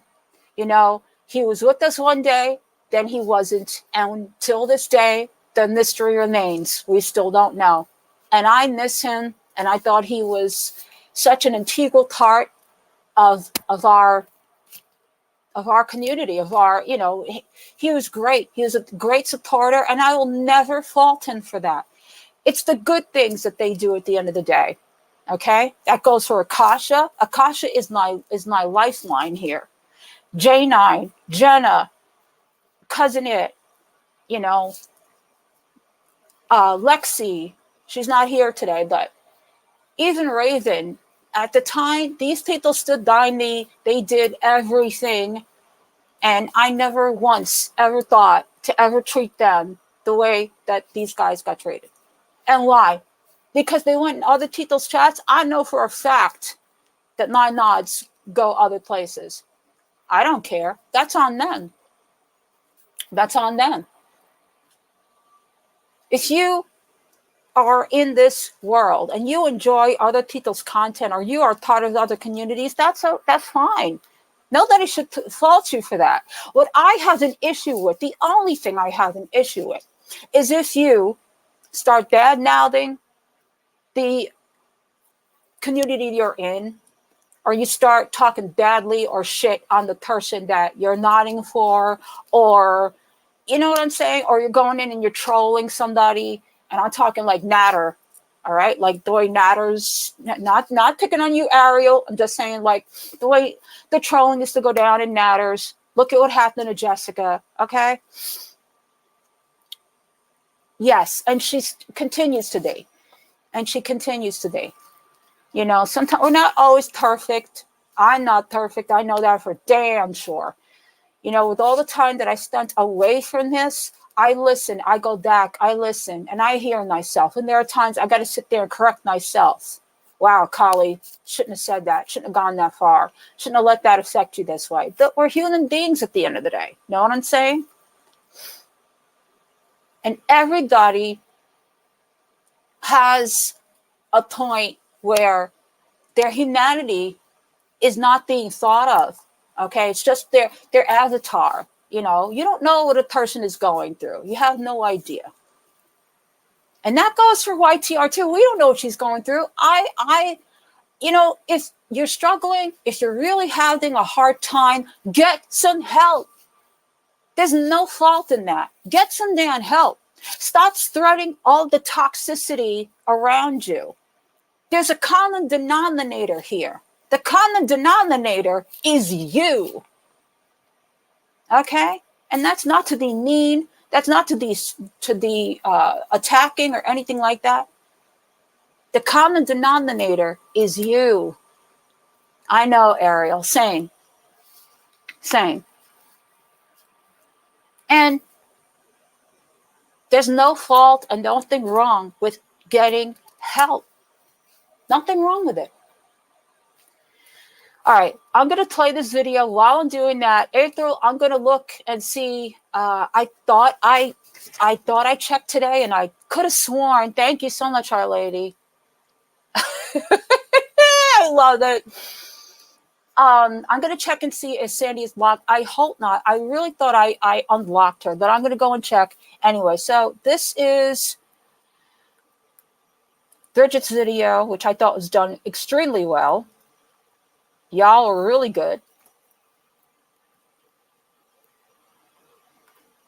And I'm going to speed it up a little bit to, no, not the captions. Here we go. Hey, you guys. How are you? How are you? Who used to do that? Anyway, we have a new intro today because we're doing something different today. It's not a react. No. But it's still about YTR. So I have actually pre-recorded a video that I've done. Okay, April, I'll do that. Thank you. Mods. They are going to be referring to YTR or YouTube Rejects as Emily because that is her name. That is what is in her Cash App. That's what we know. Can I just tell you guys, I had no idea. And all this time, this is the first time I'm ever hearing that. And I'm like, she doesn't look like one. She doesn't look like an Emily. Anyway, 125 it is. I'm going to do that right now. Okay, here we go. Oh, she is actually, no, she's put Emmy on her YouTube when she's streaming sometimes, but in her Cash App, it is Emily or her PayPal or whatever. So let me tell you. So the mods are her ex friends, Sandy and April. They modded her for quite a while, and I'll let them introduce themselves to you, and we'll get started. See you guys in the outro. Here we go. So basically we're here. So we're talking about YTR. Also, her real name is Emily. She has put it out there. We know this. So we will be using YTR and Emily interchangeably. And we have April and Sandy, who are ex-mods and what I found out, former friends. So if you guys want to tell a little bit about yourselves. Sure. Sandy, you want to go first? Sure. Okay. So, April, I just found her, and she is now unblocked, so she can definitely come in anytime she'd like. I met Emily a year ago. I was watching some Chantal videos. She came up in the algorithm, and I just started watching some of her stuff. At the time, I wasn't like talking in any of the chats or anything like that. I was just more of a silent viewer type person. And I noticed. How long ago was that? That was a year. That was a year ago. Yeah. So no I would problem, go in there April. and I would see people in the chat. Sandy was always there. Sandy's been there since I've been there. And she's been there longer, of course. So anyways, yeah, I would go in there and I would just, kind of watch, but I really didn't talk. And then there was a couple streams. She was like yelling at people and saying she was upset with no justice, no peace, and just different things like that. But I didn't know anything about her at that point. And then she did a video and asked if somebody wanted to come on and Hey, panel, and that's Lindsay. when I came on, and then we started just No talking back and forth problem, about honey. Chantal, Hope and you're okay. that's how her and I I'm so met each other sorry. online, was through Girl World. Okay. And What about for with you, Sandy? me, Because yeah, I'm I glad met you're here her. anyway. Well, Thank you for coming in. I I appreciate started it. watching her a few years back. I don't know how many channels back that was, but anyway, she actually, I was watching like Nikocado, but I was doing like when he was like in Colombia, and he was doing like healthy mukbangs, and So I was long just time kind ago. of That was a long time ago. I was just like kind of new to the whole thing. So with her, she kind of like popped into my recommended, and I went, and I didn't understand what this whole difference of hating Chantal Girl World was. So I had left this huge comment, you know, my paragraph long comments. I'd left one, and she said to check out, you know, watch her videos, maybe I'll understand, and I kind of did. The funny thing is I had popped into one of her lives one night after I left a huge long comment, and she was doing a reaction about my long paragraph, like making fun of me pretty much because, you know, I was a know-it-all, but I seemed intelligent enough and whatever. And I was like, okay, wow, whatever. But you know, we kind of talked it out, and I stuck around, I guess. But yeah, that's how I met her. It was like years ago. So it was years ago. It was when Nikocado was really thin. So that must have been a long time ago. So, so I know that the current channel that she's on, I'm just gonna get right into it. The current channel she's on, I know This is her third channel. Yeah. Okay. It's her third. So she had a gaming channel, and she told me this personally. Like, she's told me this, that her gaming channel, she was playing a game. It had female, you know, it was topless, and YouTube is actually what took her down. So she was playing the game. It got taken down by YouTube, and she was never able to retrieve that channel again. And then she got a second channel, and that's when the whole thing was going on with Nader, and he was striking all the channels. He was taking she took all of her Nader videos, all of her Nader reaction Chantal videos, and she had moved them over to that other channel, the one that she talks about with she always brings it up. She talks about like Joy Sparkles and like Rich Life, all those. So she had moved all of those to that channel, and that channel I think was about 3 years old. And then when Nader started striking, because he was just going off who had a content match with her, he went and he took that down, and so that's why that channel was completely obliterated. So this is now her third one, to my knowledge. So, and she might even have more, but she's told us she's been. This is just what it is. She's innovating, and Yeah, I got that, April. I hope Sandy's doing okay. Believe me, I know, you know, having any kind of sickness like that and still being able to talk about stuff like this, I applaud her for that, because it's draining. It's got to be energy draining. Hey, Sandy. No, girl, please don't. Please don't. Please don't. You have got nothing to apologize for. April's got nothing to apologize for. I apologize for ever being rude to you, for blocking you. You know, again, you're not responsible for the foreigner person that you nodded for. So it's all good. You guys are more than welcome here. So I'm glad you're here. And she said it. She said it in videos you did. She said it to us. She's lucky that she never had to give YouTube her information because she wasn't monetized back then. Where now she's monetized. So that's part of it as well. Okay. So you were in the community, April, for a year, and Sandy, you were in there for 3 years, right? Yeah, around 3 years. Yeah. So after all of this time, what actually made you guys leave, or did you get kicked out, as she said? No. We left running. We left running. Yeah, I do, because I don't feel right about, you know, I mean, I like I said about NCN, I blocked her, I blocked you, and you know, you guys are only just in the situation. You didn't do anything towards me, and had, you know, I just feel bad about it, because again, like I said about my mods, if anybody was talking badly about me, they would have done the same thing. So I can't fault you for that at all. So since about like midsummer, it's just kind of that's true. I'm seeing only because she took the modding to a level of, we would go into VCs. She had a Discord before, and she got rid of it because I know, she Layla. was paranoid people were coming Where in is she? and you know, being nosy and whatever. And she was just like, you know what, I want to keep my people safe. So she just got rid of everybody. And then she kept a Discord for me and April, her, RD, and I want to say one other person. Was it if one of the mods can put Bridget's channel in the chat, that would be great. Thank you so much. Discord that she talks about? Yeah. Uh-huh. And so we'd have like little I don't even know what you'd call them. I mean, after a while, it just seemed like meetings. It didn't even seem like friends, like chatting anymore. She let a lot I of agree, drama April. get to her, and it got to her to the point where it was affecting her. She was miserable. She was upset and whatever. But it was a lot of wear and tear that me and April had to deal with because it was just her pissed off all the time. I mean, because I know that there was a big old thing with Jessica Messica. I mean, Yeah. I'm sure that was part of it. I mean, what exactly? If you guys are up to it, Sandy and April, I have a couple of questions. Relative to what Dirge's saying, that I have a few of my own. If you would like to come and join, if you guys feel like, if you're up to it, I don't want to pressure you. I'm pretty sure I've been talking about this nonstop, but it'd be really cool if you'd like to. Exactly got to her. Thank you, when he was so Jenna. upset about everything. Well, Look at how the pretty Jessica, this girl so basically is. what happened is things were kind of slowing down with Chantal at that point, and Jessica had came into the scene, and then the whole Nader, Sam's Bar Lounge was kind of coming out. And at this point, Jessica had sent Nader, videos and stuff like that. She'd been very honest about it. And so Emily decided she wanted to start reacting to Jessica. Well, the problem is Jessica was, at that point, she was drinking, and sorry, my dog is being annoying. She was drinking, and she was just showing things like her kids and things like that online. And so Emily took it to a place where she started saying some really, basically, if you're going to talk about someone, they're going to say something. I saw that And little. so she didn't like the discourse. She didn't think Jessica was going to either pay attention or was going to have the vitriol that she had for her. And she had a lot of vitriol. And Jessica Messica has a lot of mouth. And again, if you're going to start with someone and talk about their parenting, talk about what they're doing online, then they get to say things about you. And Emily didn't like it. So she started getting very upset to the point. Amazing to me how a person can talk so freely about parenting when they're not parents themselves. Chantal, it's so Chantal-like, don't you think? Point where both Sandy and I were like, you need to just ignore it. Don't, if you're going to talk about her, just know she's going to say things back to you. And so she started getting, don't engage. That was our biggest thing, don't engage.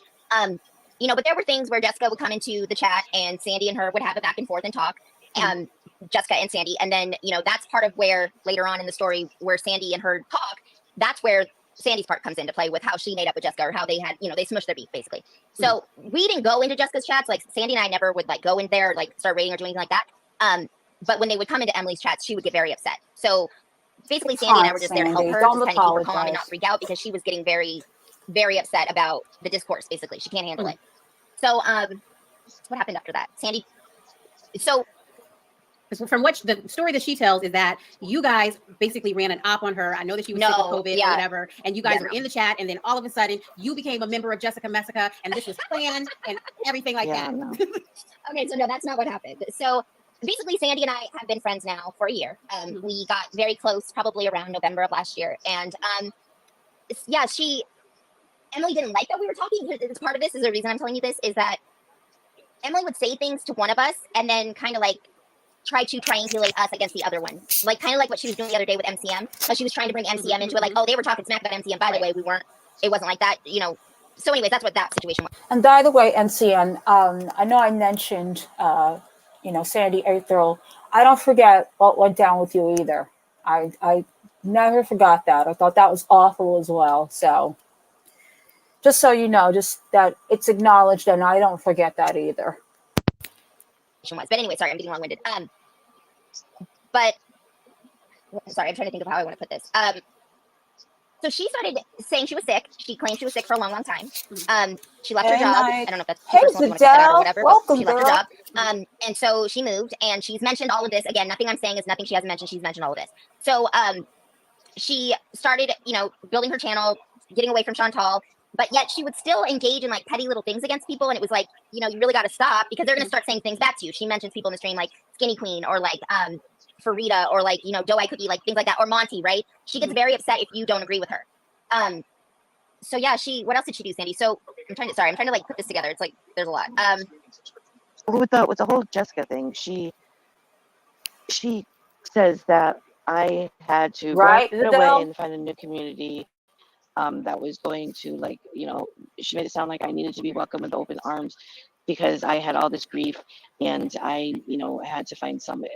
I have no clue what she was babbling about. When we actually, I was having some kind of epiphany in life, and I was on the phone with April, and I said, there's a lot of stuff going on in my life, my health, my parents, a lot of personal things. I said, what am I putting on the universe that's negative? I said, I need to like rein it back. So I said, you know what? We were actually watching Jessica at the time. And it was funny because that night is when April got a membership given to her. Yeah, I was like, oh Lord. Cool it, Nike. I see what you said, and I agree with you that just cool it. I see what you're doing. April, just be careful with Mr. Canadian over here. He's a little flirtatious. Just cool it. Lord, I'm like, this is going to go over really well. And we both started laughing. And we're like, we're not doing anything. We're not even like, saying anything. I said, you know what? I said, I was just leave a comment in Jessica's chat. She can either like whatever about it. And I said, I just want to say, I'm really sorry, yada, yada, yada. And, I said, I apologize for whatever. And, she was accepting of it. So it wasn't the fact that I ran to Jessica Messica's community to be welcomed with open arms. I enjoyed the content. And so when we went to tell YTR about it, she was fine with it. And we actually had somebody else on the phone during BC with us. And it was like 2 hours after we had told her, we're all laughing about other things. And then all of a sudden she was like, uh-oh, so-and-so's mad. They're calling me. Hold on. I'll get in touch with you guys again. And that's when everything just went downhill quick. April. But like what happened is we were friends with Emily. We became very close with her. We, helped her with personal things in her life. We were always VCing, like we VC'd like every single day. No shit, like really did, and became very close, the three of us.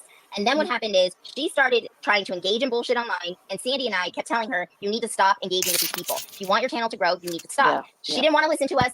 Kiki, girl, this is what happens here. Okay, just so y'all know. I know that, I'm not one that people talk about. I haven't been around. Anytime we had discussions here, this is the unity that I always are looking for, because y'all are important. You all have a place. You have a voice, and you have a right to say what you need to say. And it does my heart good that we can all come back together, especially now, with everything going on. So yes. Thank you. I agree, Kiki. Jessica Messica this time, because that was where all of her, turmoil came from, she says. After the whole Jessica Messica, Jessica went to rehab. I've been sober now for 8.5 years. NCM. I knew when Jessica was using, like when she was drinking. And when she came back and she was clearly sober, when I would watch her content, I told Sandy, I really like this. I can tell she's clean. I can tell she's trying. I can tell she's better, as somebody that's gone through it myself. So for me, when this all happened, I went to Emily and we were very honest. We told her, we've been watching Jessica for the last month. We never lied and said we'd been there for months and months. We've been like, hey, we're watching her. You're welcome. She's sober now. You claim you don't care about her anymore, Emily. You said everything's fine. You don't give a shit that, you're trying to say, because at that point she was really into trying to focus on MFW. And we were just trying to tell her, if you mess with MFW, she's not like Jessica. She's not like Chantal. She will come after you. She will strike your channel because she'll take down her own channel. So we were trying to help her with Hussy and the MFW stuff.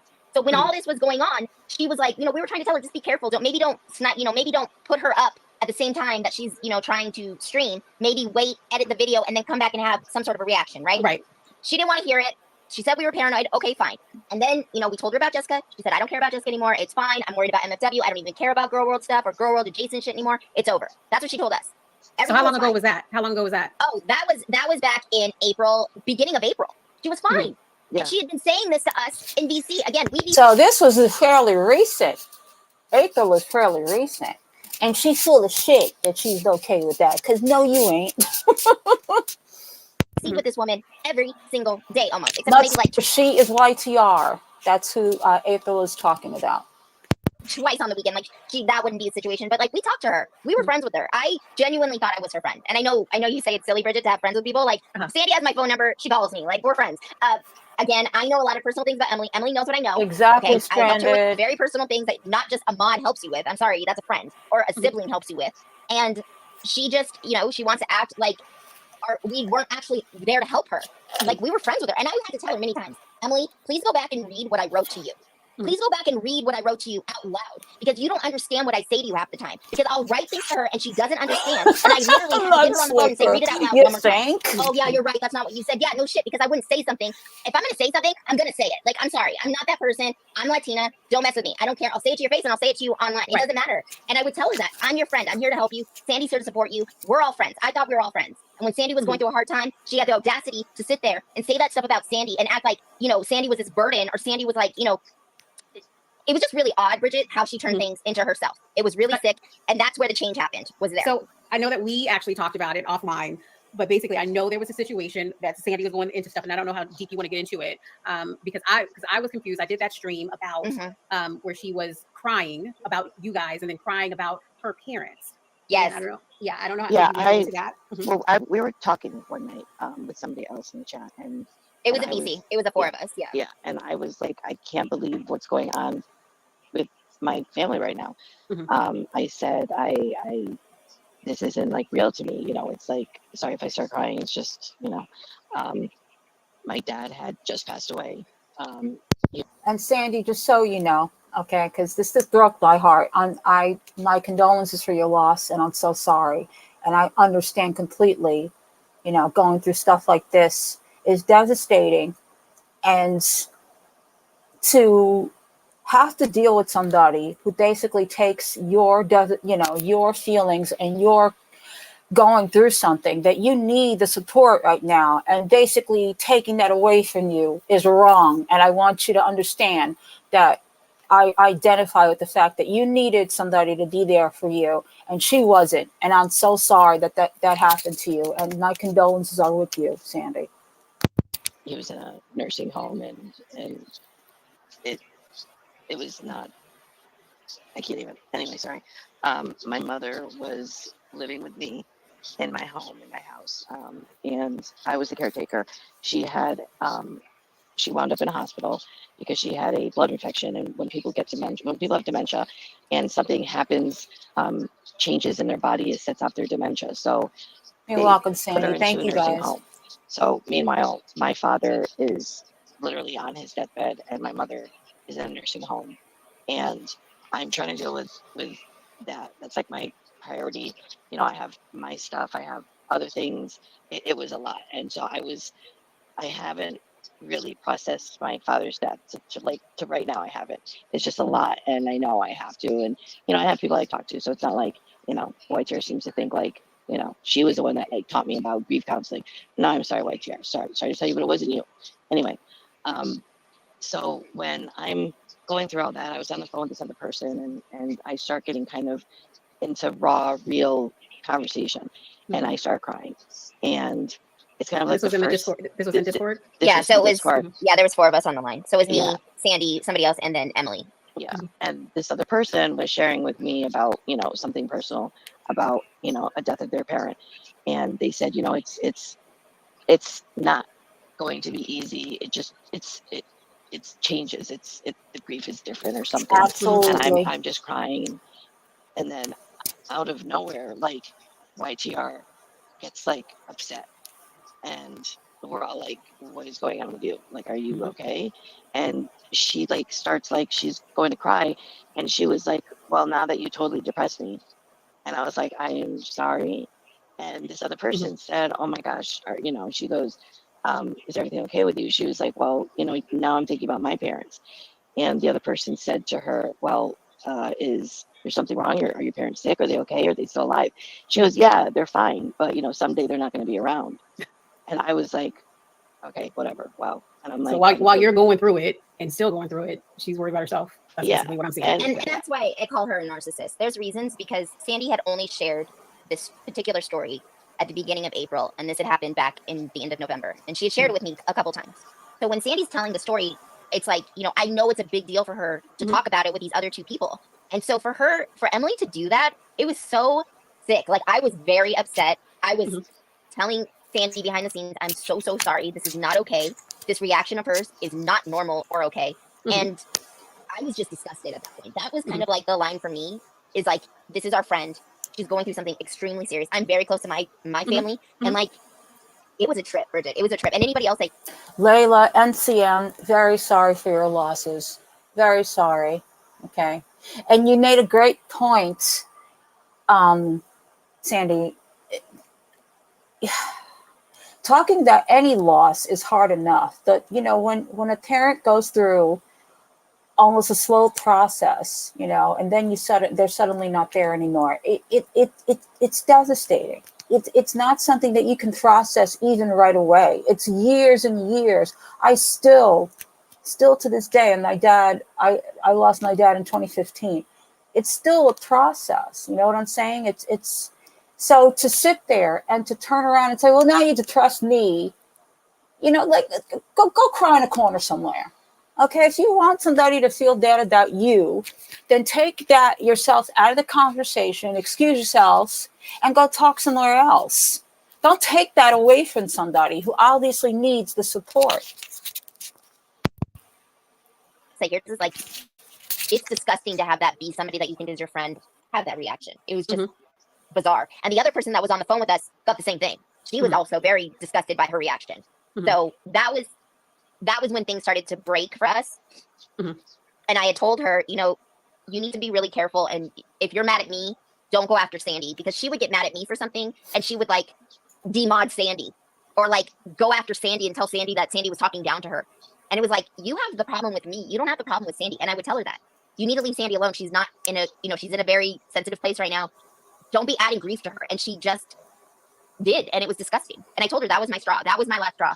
And so now we get into, she finds out that we're in Jessica's community and we tell her, hey, we've been there. I have a membership. I was very honest about it. I didn't care. I got gifted a membership. We've been watching her channel. Sandy and I, you know, I'm proud of her because she's getting sober. Sandy is enjoying the content. We weren't in there talking about Emily. That's the other part she does not seem to understand. Emily, we are not talking about you in chats. If we do, I always at you. I at you and put in big letters, I am talking to you.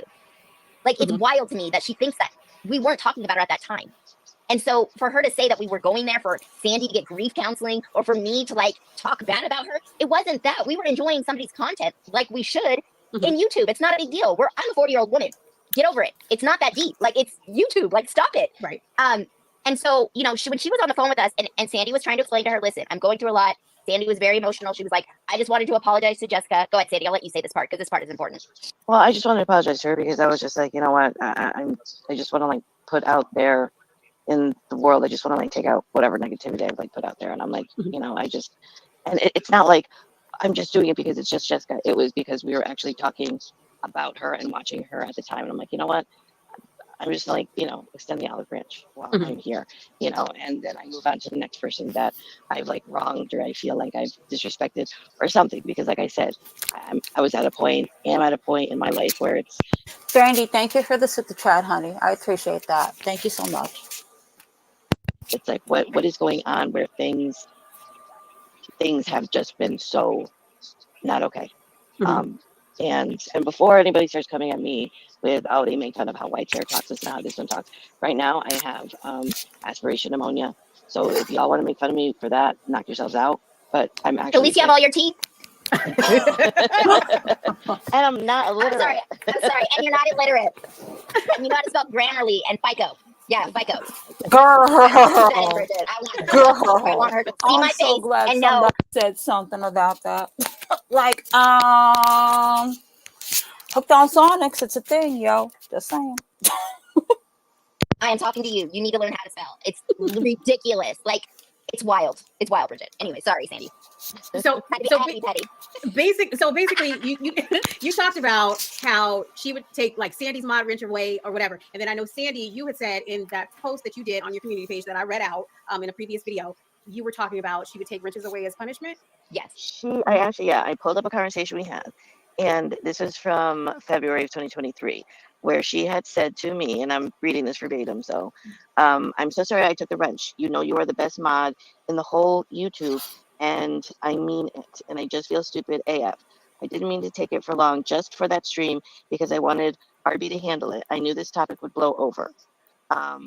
And then she said, I'm not going to do that again. I don't want to ever use it like a punishment during an argument because it's wrong, and I should have thought about how it would feel. It's like I blew up the situation in my head. I thought you guys were mad at me and disappointed in how I saw it. I should never have thought the venting was to convince me you guys aren't like that, and you have every right to use Discord the way it's intended. I messed up. I don't want to ruin this for any of us. I want us to have this place outside YouTube that's safe, and I'm sorry that I made you question anything. This friend group isn't like any friend group I've ever had. So for her to say we weren't friends or whatever, it's like, okay, were we friends? Were we not friends? You use the wrench as a punishment. You're admitting it. You're admitting she also admitted things up in her head. Exactly. That's the biggest piece right there. I'm your friend as long as you kiss my ass. I'm your friend as long as you agree with everything I say and do. I'm your friend as long as I'm the center of attention. Come on now. I just can't with the lies. That's what it is for us. Yeah. It's been like 45 days. You're We okay, haven't said Chris. anything, Bridget, for almost 2 months. We've stayed silent. And she keeps saying, oh, they Okay, talked in Yo Jenna. Mama's stream. You know why? You know why we started saying things in the comments in the live stream? Because people were asking us, oh, aren't you a part of Emily YTR's stream? And we're like, no, we don't go over there anymore. Oh, what happened? Because they knew we were like always paneling with her. They knew Sandy for years. They've seen me panel. They've seen us talk. They knew who we were. They knew we windmill for this girl like nobody's business. You see Sandy all in the comments. It's like people knew we were a part of her channel. And not in a way that we were trying to take over or we wanted the channel. We were helping her because we thought we were her friends. Right. And that's the part that's like, Emily, stop getting it twisted. Nobody wanted your channel. Nobody wanted money. Are you serious? We're adult professional women. We don't want any of that. Stop it. That's It's what ridiculous. She thought we were trying to take over her channel. And We just don't- I just want to add the point that neither of you have like social media. You don't have Twitter. No, You I don't even have yeah. Twitter. I don't even go on Instagram. I haven't been on my Instagram in 2 years. I don't have a social media presence. I have a channel that I used to do makeup on years ago that I haven't done in like 2.5 years. No, we're not on. We have a right to say in live chats, if people are asking me questions, I'm going to say something. You don't get to go onto your channel and call us trash. Maya doesn't get to call us crackheads, which is disgusting, on his Twitter. You don't get to sit there and say things about us. I'm going to say you're toothless, you're illiterate, you have an IQ of 70. I wouldn't spit on you if you were on fire. I don't know how many times I have to say that for her to get it through her thick skull. I would never have a conversation with this woman again. We're doing this because I'm done. It's done. 45 days of you sitting there talking about me. Oh, damn. That's all I got to say. I'm sorry. That just made me laugh, April. I had to laugh at that. I'm sorry. Bad-mouthing me, calling me crazy. I'm not crazy. You don't even know what crazy is. You don't know me like that. And I will drag you and say the things I can say up and down these streets. And just because you don't know how to read what I'm saying, you can hear them coming out of my mouth right now. We're done. I don't want anything to do with you. You disgust me. I don't know how much more clear I can get from here. The day that we decided we're done, we immediately both were like, okay, I'm unsubbing. I'm getting out of the membership. I got out of Discord. I was like, I'm done. And we had a long talk, and I was like, I'm not looking back. I said, I can't believe, that this just happened. This is like so ridiculous. And then the next day, there's a live stream about us. The next day. And then the next day after that, there's another live stream about us. How many live streams was it? Because She's done 4. She's done 4 streams about us. Damn. She's hid 2. There's 2 that you have. And now there's about 8 to 9 hours of content. And she sprinkles in nasty little comments about us in her live streams. And it's disgusting. And let's get back to the reason why I said, because I had some choice words for her. And here's why. Because she tried to play this. Her first stream she ever did about us, the one that no one can find. She was trying to say that I said some horrible things to her. Okay, Emily, let's go back and let's review the tapes. Let's play the tapes. You sat there for 2 hours and told Sandy, me, and her other friend Erin that you were fine with us watching Jessica's content. You didn't care. You were happy that Jessica was, doing well and that the beef had been smushed. You didn't give a shit. Okay, so there's that. Then I come back online because I'm talking to Sandy and I'm like, hey, Sandy, have you talked to Emily since 12 o'clock? Because at this point now it's like 5 o'clock my time. And she goes, no, she never came back. She never came back to talk to us. And I was like, that's weird. Okay. Because, usually she would come back and either VC us or whatever. So I get a hold of her and I said, hey, I write her a message. Do you want to come talk to Sandy and I on VC? We're available. She writes me this whole message saying, I am so mad at you guys. I can't believe you did this to me. I can't believe you betrayed me. And I'm like, what? And the thing that trips me out, Bridget, and everybody else listening to this, is I said to her on that VC, on that conversation in the morning, if you are not okay with this, if you are upset, tell us. We are here to talk about it. We're adults. You know that. We've told you. If you ever have a problem, please come tell us. Right. No. Everything's fine. My channel's growing. Everything's okay, great. She writes this whole thing to me. And at the end of it, I say to her, why didn't you say something to me or Sandy or one of us when we were talking to you? Because we talked for 2 hours. That's a long time for us to be laughing and joking about other things and for you to act like everything was fine. And her response to me was this. How am I supposed to say anything to you when Sandy is sitting there bawling about her family and her problems all the time? And that's when I told her I was done. I was on the phone with Sandy. I said, I'm done, Sandy. I'm done. This is it. This is my line in the sand. I keep telling her to stop with you. I'm done. This is disgusting. I called her, see you next Tuesday. Yes, I did. I told her she was a narcissist. I said, you're a perpetual victim. You are constantly, you don't get to tell us where to go. We are adults. You are a liar and you're disgusting. And you're always doing this. And I'm done with it. We're done. Don't talk about us anymore. We won't talk about you. But if you do talk about us, we get to say things back. This isn't like you get to just talk into the void, Emily, and we don't get to have a voice. No. We tried to do that with you. We tried to act like the adults in the room, and now we're tired. I'm tired of you screaming in the corner. Now you get to talk to me and Sandy. And everybody else gets to hear our story too. And guess what? A lot of people understand our story. We're not alone. Right. So that's what happened. So I know that you guys are like, I've met friends off of you. Like, honestly, I've met friends off of YouTube, like way back in the day when YouTube first started, and I've traveled to see them. But I know that you guys were mods. So I know a moderator as somebody that'll kick trolls out of chat, will basically hide comments or whatever, unhide comments or whatever. So what was your duty as a mod in her chat? At first it started off as, making sure that, the trolls that came in, the big amounts of trolls that came in after the Jessica debacle, was to, hide them so they wouldn't raid the channel. Mm-hmm. But then it turned into something else. And I'll let Sandy explain this part, because this part I think Sandy can explain how she got mad and would get mad that if we wrote anything in the chat, us as moderators, she has a real issue with reading things and like trying to ignore them. She can't ignore things. So anyway, Sandy, I'll let you explain it. Sandy, are you there? Yeah, I'm here. I'm just like, there's so much. It got to be to the point where it was just like it was, like I said, it was like meetings we'd have in DC about, we talk about, okay, what are you gonna do? You're live on, and let's talk about it. And do you guys have any, just I don't know. I sorry, my because my whole thing is like especially with that that Target LGBTQ trans issue, I was like, she doesn't know what the hell she's talking about. She does. Well, okay, so with that stuff, by the way, Bridget, she literally takes. She listens to Candace Owens or whoever. No, I swear to God, I'm being serious right now. She listens to it, tries to comprehend it, and so what she'll do is she pretends like she's playing it, and then she'll jump in and like say the same thing they're about to say a little bit differently, making it sound like it's her point. She didn't do that with the Target one, but she's done that with other ones. And I tried to explain to her, you realize that that's like plagiarism. You're plagiarizing people's stuff by doing that. So she like tries to get the points, like the Ariel thing, for instance. She has no idea about the Ariel, like why people are upset or happy about a black Ariel, right? She has no idea. She doesn't get it. So she'll take whatever she hears Candace Owen or somebody, Ben Shapiro, whoever, right? And an entertainer basically, and she holds on to it and tries to make it her own content. So with the Target thing, she had no idea, and that was weird because she wasn't even. She was acting like she was looking through a child's book and just kind of throwing it out there. I'm like, you don't even know what's going on. Like, you don't even know why or what. So yeah, she thinks she's being edgy, and she did that basically because we told her, like if you do a same amount of content on one creator, it can be considered bullying and harassment if it's just one person all the time. And so she wanted to do this. She was all excited to do it, and then she found MFW and she decided to stream whenever she streams and chase her. So that's what's going on. The reason why I bring that up is I know that on our offline conversation you were talking about that you guys did a lot of research for her. Yeah. Oh yeah, we did a ton of research for her. Yeah, go ahead. Sorry.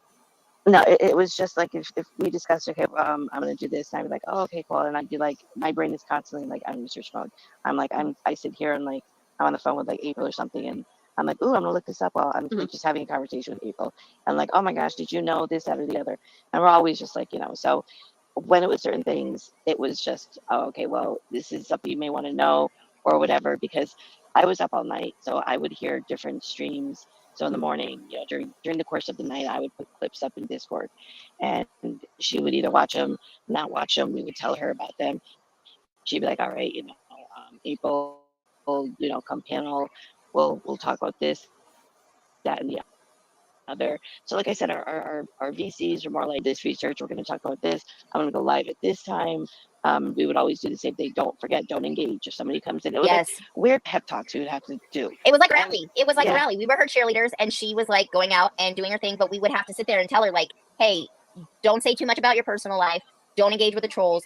And then she would also, like, with the whole Clara and the whole court situation, I did a lot of research on that because I was interested in it. And it got to the point where she didn't even understand what was going on with that. She had no idea. And so I would have to come on and explain it, and she would get mad because I talk fast, because I don't have that much time, and I'm trying to get shit done. And especially if I know what I'm talking about, I'm not going to sit there with you all day long and try to hold your hand. So I would come up, I would say my piece, and I would leave.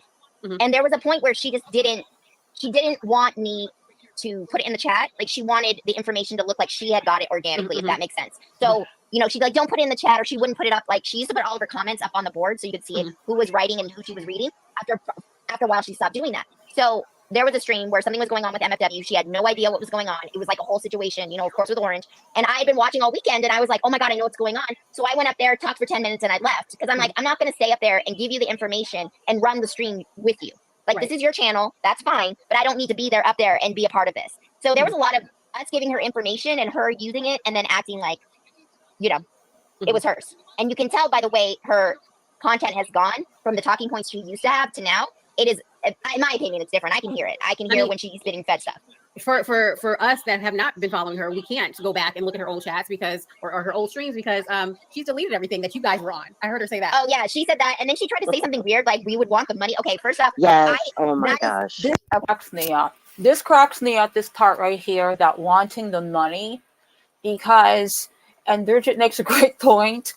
If you had to start like going down like the little digits of cents that it would take to give to a moderator, okay, YouTube is fickle. There are times that you're making money from things and there are times that you're not, especially if YouTube finds some kind of problem with your specific stream. It could be copyright for music, it could be somebody else's content, it could be, I mean, I've gone through the gamut here. I have had lives where I was showing, you know, a documentary and my life got taken down immediately. And right away you get that little yellow, you know, monetary, that you're not going to be monetized or what have you. So to sit there and to like talk about, oh, you want the money? What are you talking about? What money? What money? I'm sorry, Jenna. I know. I'll give you your 10.11 cents when this is all over. You know what I'm saying? Like, it's just, that kills me. I first started thinking this, I don't know if Skinny Queen is still here, but when she was talking about like Farida and her and like the sharing of certain things, and I appreciate the fact that she even offered that. But there's such a fine line with a content creator sharing or having somebody take a partnership into your content if you're not a huge, and no shade or tea to anybody, if you're not a huge channel. And even then, could you imagine Chantel sharing her proceeds with anybody? The hell? Yeah, sure. Although she did, if you could you know, count teats. But it's just oh, okay. There's money to be had if you have the channel, you put the work into it, and you kill yourself. I'm gonna be honest with you. You literally got to kill yourself to make a really good buck here on YouTube. No tea, no shade. That's the way it is. You got to dust your ass. And you know what? You guys probably deserved a lot of that. But to say it's like, oh, you just wanted to take, you know, the channel, you wanted to take get out of here with that nonsense.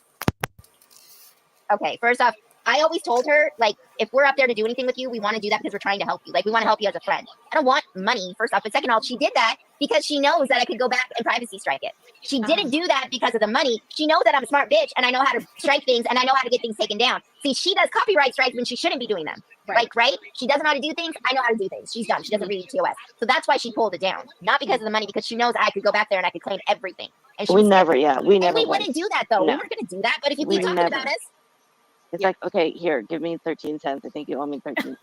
When am I going to do that? I don't. That's not, please. Exactly. That wasn't even a thing. That was the thing. We always told her we were here to be a friend, and that was it. Again, I keep saying that. I know it sounds dumb, Bridget, but like, seriously, that's, she can go back in the messages and look. I don't know how many times I told her that. And she just, you know, she became her mask slipped. I think she's a narcissist. I think she's a low-level narcissist, though. Let me explain. She's not a high level. She's not even a mid-range. She's low-level. Because she'll say things, and then immediately, like she did the other day, oh, I kicked them out. I took out the trash. Oh, they left me. Okay, which one is it? You don't realize people listen to you. And she doesn't listen back. She doesn't listen to anything she does, Bridget. Never. I told her, you really need to go back and listen to your streams. You should go back and hear yourself, hear the cadence, hear your voice, listen to what you're saying, if you want to do this as a job. And she doesn't. She's like, I can't listen to myself. And Sandy's like, I can't listen to myself either, but we do it because we want to hear how we sound. Right. And she refuses. And it's like, that's the reason she thinks she doesn't say things, not realizing she says a lot. And people pick up on a lot, and they're not dumb. And now that people see her, it's only going to get worse. So basically, we know the whole situation that she had the stream on me and all the vile stuff that she said. Oh, she used to say things like that behind the scenes.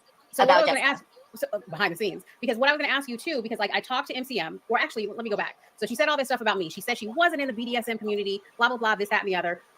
Vicky Vibe, she found a tweet, or she found a comment in her old page where YouTube Rejects was actually admitting to being in the BDSM community, but she still continues to say that she's not. Yeah, I've talked to MCM, and MCM has told me that, you know, she was a prude, and this is like a whole new person. She is a prude. Yeah. So, This is the question I wanted to ask is like, how has she changed? Now that you said that she's actually said stuff about Jessica. She said like mean things about her, never sexual things. Like this is a whole different level. And I mean, she wouldn't even say like talk about, because Monty, for instance, let's bring up Monty, okay? Monty used to say things, and she used to say, I get really uncomfortable when the women and Monty would talk about sexual things. She was like, I don't even want to be up there when they're talking like that. Good And night, she said that many Nikki. times. So Thank when she does you. this now, I don't know if she's doing it because of her new audience or because she is really like that, but she was never, she said vile things about Jessica, like very weird, not kind things, but never like what she did with you. What she did with you was disgusting. And by the way, it wasn't a joke, because she used to yell at Chantal and say, Chantal, every time you say it's a joke, we know you're not joking. You're doing it to get out of it. So she's acting like her half, her other half sister, Chantal. And by the way, she would have said too, Emily, we all know you're lying too, because you would have said, this is a joke. You didn't say that until way later when you realized what you said was disgusting and gross. And now you're losing subs, because I know you are, and people are not okay with that. And your crew also isn't going to be able to protect you, because they get very upset when other people like Hussey talk about other women, but you're allowed to say this now. Do you think they're going to stick up for you? They're not. They're not. So keep your doing what you're doing, because you're only digging your own grave. Like it's crazy. I heard somebody talking about it the other day about Hussey, and yet she said way worse stuff than Hussey has. Wow. Yeah. I've already said that. Like the crew that she's hanging around with right now, that's going to be her downfall.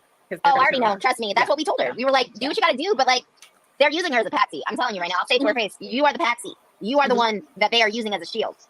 It's ridiculous. So keep doing what you're doing, girl. Bravo. So is there anything else that you guys wanted to touch on? Because that's all the questions that I actually have for you. So, I mean, Emily, I want you to understand, we want nothing to do with you at all. And we're allowed to say whatever we want about you if you choose to say things about us. I told you this, and I keep telling you this. If you start with people, you are going to get an equal or positive, like an equal, or what is it, a positive or equal reaction. So if you put that energy out, it's going to come back to you. So this is Sandy and I telling you to leave us alone again. And if you don't, what else do you want to hear? We want nothing to do with you. You're gross. You irritate us. Do you want me to keep talking about how you don't have teeth? Because I know you don't like that. That's why you have a picture now with a mask, which, by the way, you didn't even like the mask. You thought the whole COVID thing was bullshit. So now you're going to wear a mask. Okay. Like, it's wild, Bridget. It's wild. Sorry. I just got off intention. I know that you can. She's not employable, by the way. Stop it, girl. Stop it. Yeah, because she keeps on saying that she changed her profile pic so that she can be employable. We know that she doesn't have a job. We know that. She can't even drive down the street without having a heart attack. Girl, you can't even get on the freeway with having a freaking heart attack. Do you want me to say that? Because I could say that. I could say that you don't get on airplanes. I could say a lot of things. Stop it. Leave us alone. I told her this. I don't know why she doesn't. Don't play with me. I will say it, and I'll say it with my face too, by the way. I'll say it with my face. Sandy, anything else? Because I know Sandy. I know Sandy. You've posted on your community tab, even though you don't do videos regularly, and I know you've had a few messages for her. I mean, is there anything that you want to break down? Anything that you want to say? It's been 2 months. You've harassed us enough, YTR. You started this. For you to say that we instigated this, how did we instigate you to start live streams on us? How did we instigate that? You started all this. Your live streams, all your lies, your BS. The first video, you blocked April. She couldn't even talk. She had no right to defend herself. I went in there. I didn't even realize, because when I had unsubbed, I was still a member, so I got a notification. And that's the only reason I knew you were having a members only live stream. And when I heard what you were saying about us, I was disgusted, because it was you being the victim. How are you the victim when you were so pissed off at us? How are you the victim? You turn everything around, and it's disgusting that you do a second live stream and then another one, and then in 2 months you still bring us up that we're trash and this and that, and you're happy that we're out of your community because it's finally peaceful. I'm sorry, your chat doesn't seem so peaceful. I'm sorry. It's been almost 2 months. I need you to leave us alone. I need you to, plain and simple, you just need to just shut your freaking trap about us. I can't anymore with your lies. For every lie you say, I have truths to back up what I'm saying. Your chat can believe whatever they want because they're listening to you. I know my truth. I can look in the mirror every night and I can say, okay, you know what? I'm good, because I know what I'm saying isn't BS. Unlike you, I have my receipts. You know how I am with my receipts and my screenshots and the videos I take and the clips and whatever. You know how I am. Don't push me, because I don't have a problem coming out and saying, really, you want to say this and then turn around and say this about me? No, I have the truth right here. You need to just stop talking about us. Stop mentioning us. Stop trying to put in your passive aggressive little comments about us. We're over it. You brought up the fact that, oh, maybe we could have salvaged this friendship. You don't know what a friendship is. You don't have a clue what a friendship is. You don't know what a communication is. You have no respect. You have no integrity. You have no moral compass. I don't hang with people like you. All right. The one good thing that came out of your channel was being friends with April, was meeting April and meeting other people off the community that we talk to. So thank you for that. And you can go F off and be happy with your life. Just leave us the hell alone and out of your job. Thank you. Okay. I'm good. All right, you guys. So I think that's about it. I'm gonna stop. All right, so that was our panel. Could not have summed that up better offline myself, we actually Sandy. recorded I this, will tell you and that. it's That, first of all, I got to say, you two girls, honestly, for the amount of time that you have been moderating and standing by and listening and being privy to all of this garbage, I'm drained listening to it. I could just imagine having to endure it on a daily. It's got to take massive amounts of just energy, and it's just, I can't even begin. I mean, I talked about what I know of her at the beginning of this, and I used to know her when I thought she was, she was pretty cool at the beginning. And then I saw things slowly but surely decline. And now this is a whole other, it's almost otherworldly, this situation. And not the fact that you two, got out. It's like just what I heard on, because I don't pay attention to it all, because quite frankly, again, after everything I've been through, I try to keep myself away from a lot of things that trigger me. But I caught this on Yo Mama's, and I did it through Nova Ray's. Shout out to Nova Ray. Hi, Nova channel. She had DGTV and Yato, and they were playing the Yo Nana. And I saw Yo Nana's expressions on his face, and it's exactly how I felt. Like, even listening to what she was saying about Bridget and the cadence and is it me, or did she change her voice? Because to me, her voice does not sound like that. Her voice sounded completely like somebody else's. I was like, is that seriously YTR? Because it doesn't sound like her. And then the laughing, like the evilness and the oh, what did I really say? It was a joke. That was no joke, darling. That was no joke. That's exactly with your whole chest you were saying those things. Yeah. And, I can say with utmost certainty, I know exactly what this kind of stuff can do to you physically, okay? I've been here a long time, and not just, in this situation, that, two other communities and things that I've gone through, and hell yeah, it does. It weighs itself on you. You have no idea. And it can go two ways. It can go good and go bad. But what I always set to do when I started to do this was to give the community a chance to just be themselves, be here, hang out, talk. And if we talked about serious stuff, then we talked about it together. We were a community. We're not people that I told, go look up this and go look up that and go give me this information. Nah, that's not what I do. That's not what I do. And, I was called irrelevant and an old ditty and all this other junk. And I'd rather be irrelevant, my sweetheart. You have no idea how happy I am at how irrelevant I am. You have no idea. Because to be in the spotlight with all this stuff coming out, with all these things that are centered around the sickness that is you, that you have spread to other people and take no accountability for and take no responsibility for, I'd rather be the opposite of that any day. All right, enough of my not being soft, Kiki, not being soft. On the top there, April, Sandy, NCM is the link to the StreamYards if y'all want to come up and, talk a little about this. And anybody else that wants to join, you guys are more than welcome to. But yeah, Chris, yes. I'm just so grateful that you guys are, that you're willing to come here. I really appreciate that. I appreciate you doing this because it's not easy listening to this stuff day in, day out, over and over, reliving the past. And it's got to be hard. Okay, Kiki. Oh, I see how it is, Kiki, because you had enough of me today. Okay. It's all good. It's all good.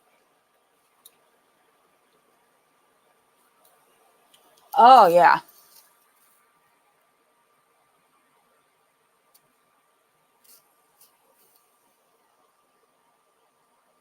Don't J9. J9, I see you, girl.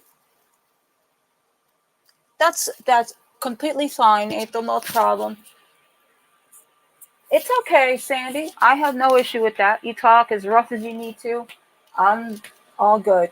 Believe me, I've worked in the public at certain venues where I had no voice completely, and I still went on anyway. Oh, okay. All right, girl. All right. I hear you. I hear you. Not tonight, Collie. Kiki, you're more than welcome to come up as well. And CN, so are you if you'd like to.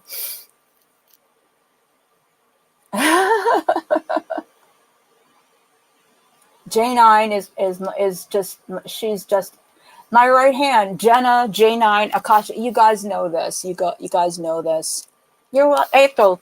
Don't thank me, darling. I'm glad that you guys are free, and that you spoke your truths, and hopefully now you can just move on and do whatever you feel like doing without having to look behind you to say like, oh, sorry this offended you. You know what I'm saying? Thank you, J9.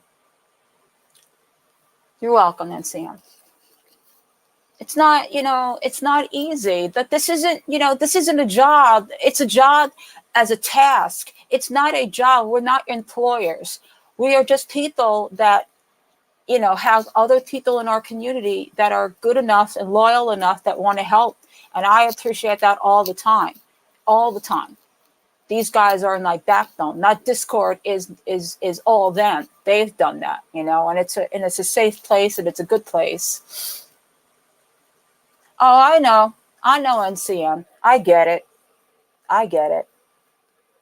Yeah, Sandy, that's the way we are here. Believe me, I have been ridiculed. I have been, asked and doubted and questioned. And Collie, how could you listen to so-and-so? How could you have so-and-so up there? Because there's always two sides. And it's not that we all, just because I have somebody up here doesn't mean that it's all an agreement. We're all kiki that there are times that it is. And these two have my support 100%. That we had discussions. That's what people do. That's what adults should be doing. You know what I'm saying? That's okay, April. She's fine. I think she was traveling this weekend, so she's probably tired, what have you, but she's doing good.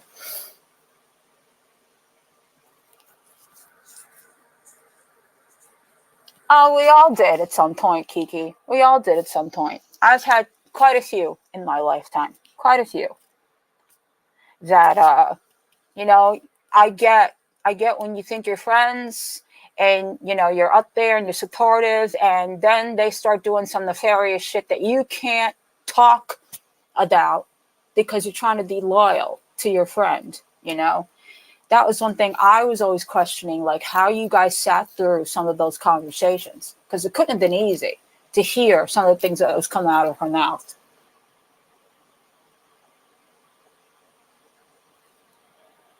It's okay, though. That's how you learn. It's through experience. You know what I'm saying? It's just good that you came out of it, that you learned from it. That's all that really matters. You know what I'm saying? Yep. Thank you, Grateful. I appreciate that you know that. I try. It doesn't always work out. That I do try. And I will say this. I had told YTR at one time, come up on the panel, say your piece. This is around the time of the Fifi situation, and she declined. Good for you. Good. Good for you. I just hope now that it's, that this kind of situation just, it needs to just be left alone. I know that it probably won't be, that there'll be reactions and such, that it's not going to bode well. Okay. It's not a good look. Exactly, Stranded. Yep. I know, and Sam, and I'm sorry about that. I'm sorry that that happened and that you didn't feel you had that kind of support. And I didn't know enough about your situation. I just knew, that you were also very loyal to her, and she made you sound like, you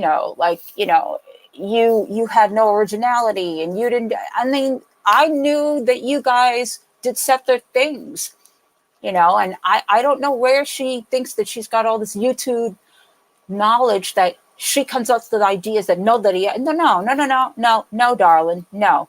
We didn't all sit around going, let me wait until YTR does it so I can do it too. That doesn't happen. Yeah. Well, yeah. And that's not even as a mod. I'm sure she was telling her that out of pure friendship. Like, it's not a good look. It's not a good look. Yeah. Yeah, Kiki. And for what? I want to know what the end game, and see, that's me. I question these things. The end game. What does it all mean to you? So you get some popularity for a little while? So you get some attention for a little while? Is it worth it? Is it worth the loss? Is it worth the integrity? Is it worth the lack of because there can't be a lot of respect there. And don't think it's coming from that side either, because it ain't. Give it some time. Give it some time.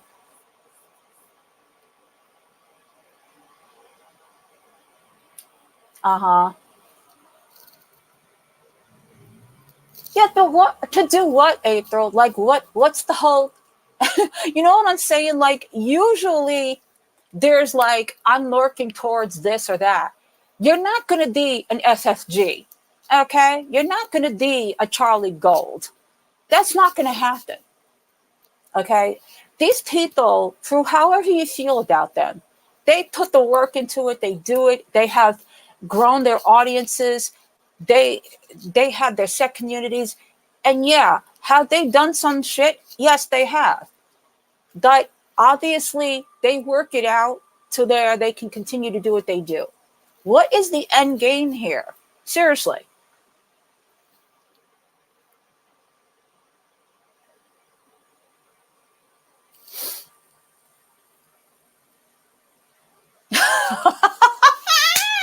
Oh my God, Our Lady, you're killing me. You're killing me. Well, yeah.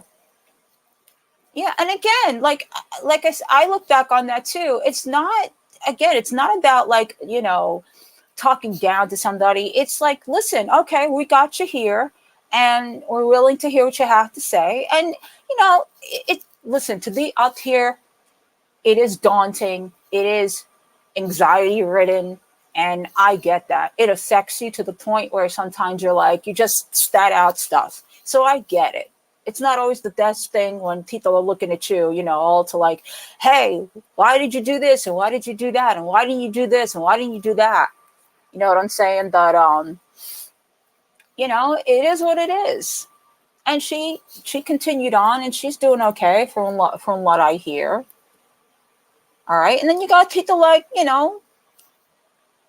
they run away, or they blame other people, or they talk about I'm sick, it's mental illness. Okay. This happened to me. Like all those things are valid. Not saying that they're not. But again, this is not the kind of shit that you act out on the internet. When is that going to become like knowledge here? Like I get it. We all like to see a good train wreck at the end of the day. Like, oh, it makes our lives look better. But at the same time, it's getting to the point of it's not entertainment anymore. It's coming to the fact that we all feel like armchair psychologists. You know what I'm saying? It feels like you, April, like you were saying, like, you know, you're sitting there and you're listening and you're talking and you're trying to, like, you know, give your perspectives, and you're trying to, like, and you feel like I'm just putting it out there. I always feel like I was being an armchair psychologist. Like, that's not your job. You're a mod. That's all it should be. You know, if you're friends, take it offline. You talk about it. You know, it's like the things that get you in trouble, group chats, discards, you know, messengers, Facebook, all that shit gets you in trouble. Let's put it out there.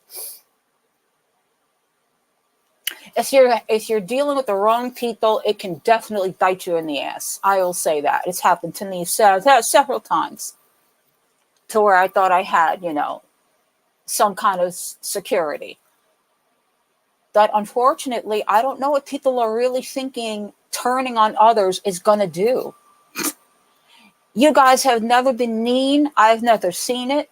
You've been always welcoming. You've been always just, you know, you did her bidding, essentially. So why would anybody look at you and say, oh, well, that's Sandy, man. Good. Glad she got hers. Like, I can't even. It is hard work. I know. It's hard work being a content creator. And it's also hard work being in busy chats where there's trolls and there's comments coming in and there's things that could potentially affect a person and how they handle their strains and things of that nature, how it can affect the you know, the mood. Believe me, I get it. I get it, absolutely. Well, you know what? It'll come. It'll come. Those are people that you think, nah, no. Don't we learn anything in this community? Don't we learn anything? Nobody stays together. Nobody stays together. We've seen friendships come and go in this community. The ones that last are the ones that people don't see all the time. The ones that are behind the scenes, the ones that people are nurturing and caring about without including it on YouTube all the time. That's what lasts. Not this shit that you're playing out here. And that's sad. And you know what, April? That's sad. That's sad. So instead of worrying about other people that are reacting to you, take a class. Put some money in yourself. Do better. Do better.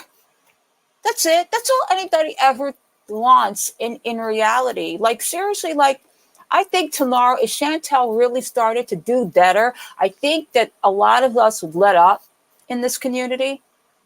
But she doesn't. She doesn't. And unfortunately, that's the draw. It's what she do now. And how did she do this? And why is she doing that? You know what I'm saying? We're all trying to, like, understand it, wrap our head around it. Whatever. You know what I'm saying? Every problem has a solution. You can take care of these types of things. Yeah. That's sad, Sandy. That's sad. Because what is your goal here? What's your goal? Is this a career now? You think this is a career? It's not. I can tell you that right off the bat. It's not. Even the bigger creators, it doesn't matter. Because you gotta at some point sell your soul, okay, to do well. And then you're hurting people along the way. That's how a lot of these channels have the success they do in this day and age. Not saying everybody, but let's be real. You're hurting people along the damn way. But when it comes down to hurting the wrong types of people, when it comes down to harming and traumatizing and publicly humiliating, yeah, now the public has to step in. Oh, really? Well, that's interesting. Well, good luck. That's all I could say. Because it doesn't affect me one way or the other. Right. Good luck with that. That's it. And you guys are, look at it this way. I know that you went through hell. Look at it this way. You got out. You got out with your head and your body's intact. The way it, not saying what Sandy is dealing with sickness wise, but you got out before it could go any worse. It could go any further. Because for you two to have to stay there and to explain away what's been happening recently, I don't wish that job on anybody. Yeah, I agree, Jay Sooks. Welcome, by the way. And you guys are definitely going to be more of a pivotal point in other people's chats. I guarantee that. I guarantee that you guys will be, anybody will be lucky to have you guys. Seriously. And, that's the way I look at it. That's the way I look at it. Like I said, this stuff can be exhausting. So I tip my hat to you guys. I don't know how you sat through it. I don't know if I could stand it. Yeah. Yeah. It's unfortunate because YouTube is not all bad. It's not. It's got some really good perks. It's got some really, I could never turn my back from it because I love it. I do love YouTube. I don't love the crap that goes down, but I do love being in a community, and I do love being able to make people laugh and to make people think and to make people join together and hang out and what have you. That's the whole point. That's what it's like for me. I know I'm never going to be making like thousands of dollars or what have you. I mean, if I do, I do. I don't, I don't. It doesn't matter one way or the other. That you can express yourself here in better ways. Well, isn't that just sad? Isn't that just sad? I knew people like that. I did. That had a problem with, who you were friends with and were jealous of the fact. That's sad. Oh, God. I'm not touching that mud slicker, not with a 10-foot pole. Well, it can be. It can be. It is a breeding ground for toxicity. I agree with that. It can definitely be a breeding ground for toxicity. At the end of the day, I only check it a few times and then I walk away because, yeah.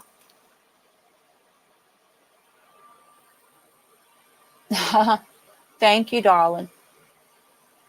Exactly, Jenna. That's anywhere. That's anywhere.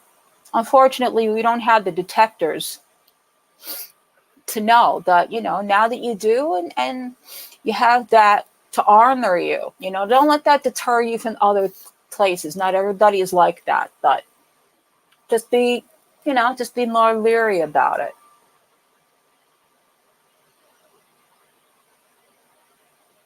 And y'all got me talking and talking and talking. All right, y'all. The one last thing that I am going to show because, oh God, help me. Seriously. Only because do you want to talk about psychology? I don't understand. I don't understand what the necessity was to make a video like this, to talk about somebody who is got somebody on their brain all damn day long and thinks to do nothing but make a video of this caliber. It'll never make sense to me. Hang on one second. Oh, God. I can't. I agree, Stranded. I agree completely. All right, y'all. If you haven't seen it, you're seeing it now. I'm not even going to give it an introduction.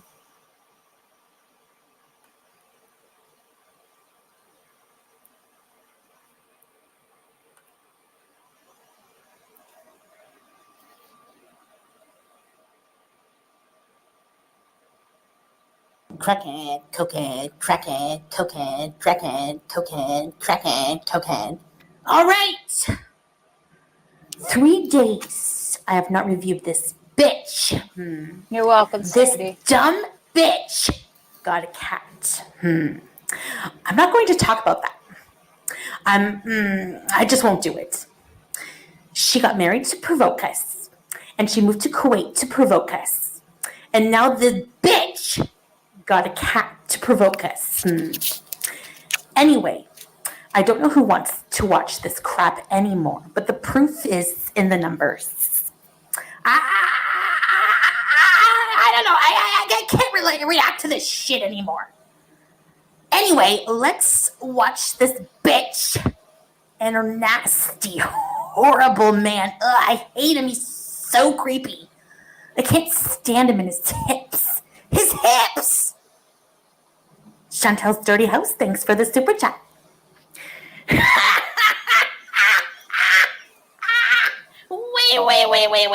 Wait. Let's pause this. You know, Foodie, I would cease to try to, be a Cheyenne Jasmine as you're trying to be here, because you really could dust out, a couple of brain cells there. Seriously, there's not much to go on here as it is, and this ain't helping the cause. Did you see her huge ham hock? This bitch isn't getting it. And for somebody who is so traumatized and so bothered, you seem to know her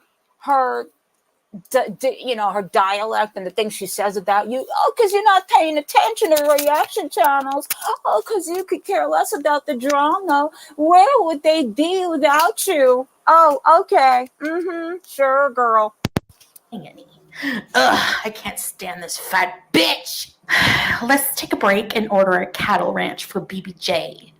Oh, wow. Chantel's morbidly obese earlobes, thanks for the super chat. Okay, let's get this reaction over with, because I can't stand this bitch. What the hell is this bitch eating? Is it just me, or...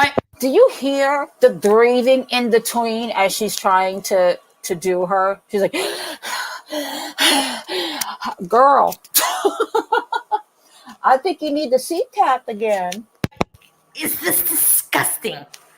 This fat bitch is always eating. 2 pizzas to stuff her holes because her husband ain't touching her. Well, yeah. She ain't lying. His hips are disgusting. Mr. FFG looks like kind of like Brad Pitt, but not Brad Pitt from Legends of the Fall, more like from Fight Club.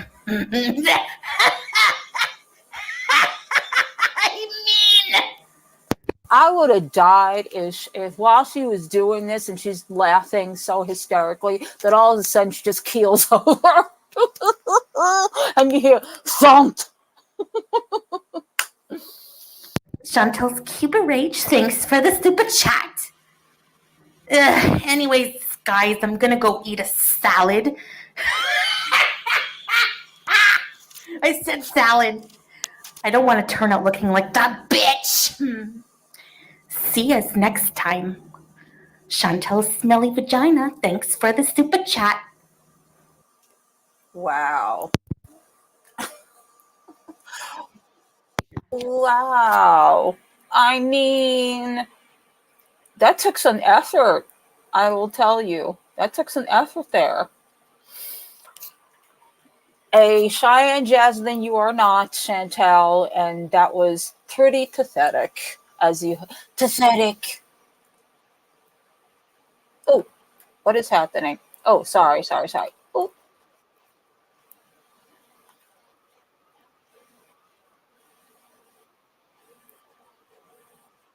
Sorry.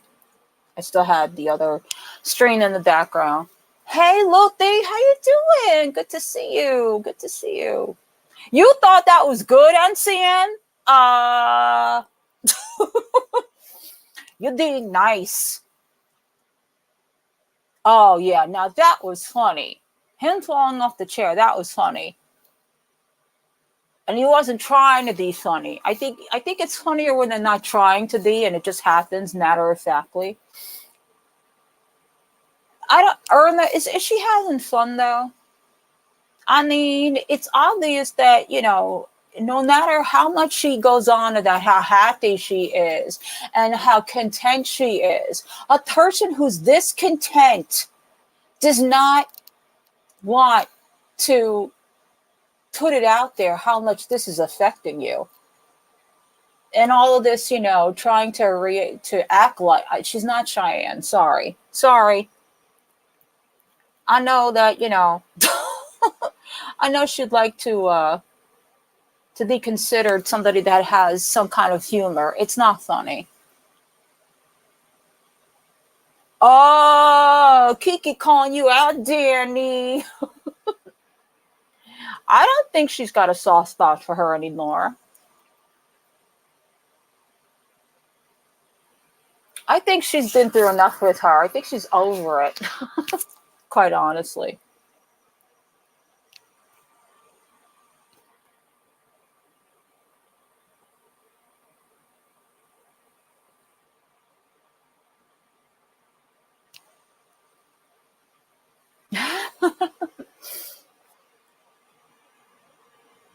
Okay, let's end this with something fun. Danny had a good idea earlier when I was on her chat, and she was saying, let's do something where we're sharing people that we watch. So I shared this dude before. I used to like his earlier videos. He used to talk about the people of Walmart and things of that nature. So I watched this video recently, and he's ranking the dumbest internet trends of all time. And I thought that was interesting. I want to see if any of y'all remember any of this stuff, because I remember this stuff, and some people that do these crazy things, like I don't know why, but hey, it's the internet. So let's have a little fun. His name is Joe Santaganato, our asexual queen. I know I will be doing Gail again. The internet is one of the greatest tools in the world. It can help you communicate with people. It can entertain you. It can even get you any bit of information that you want in a matter of seconds. However, it also has the uncanny ability to showcase some of the dumbest ideas anyone's ever come up with. Every few years, one of these challenges pops up and reminds us that we actually haven't progressed as a society.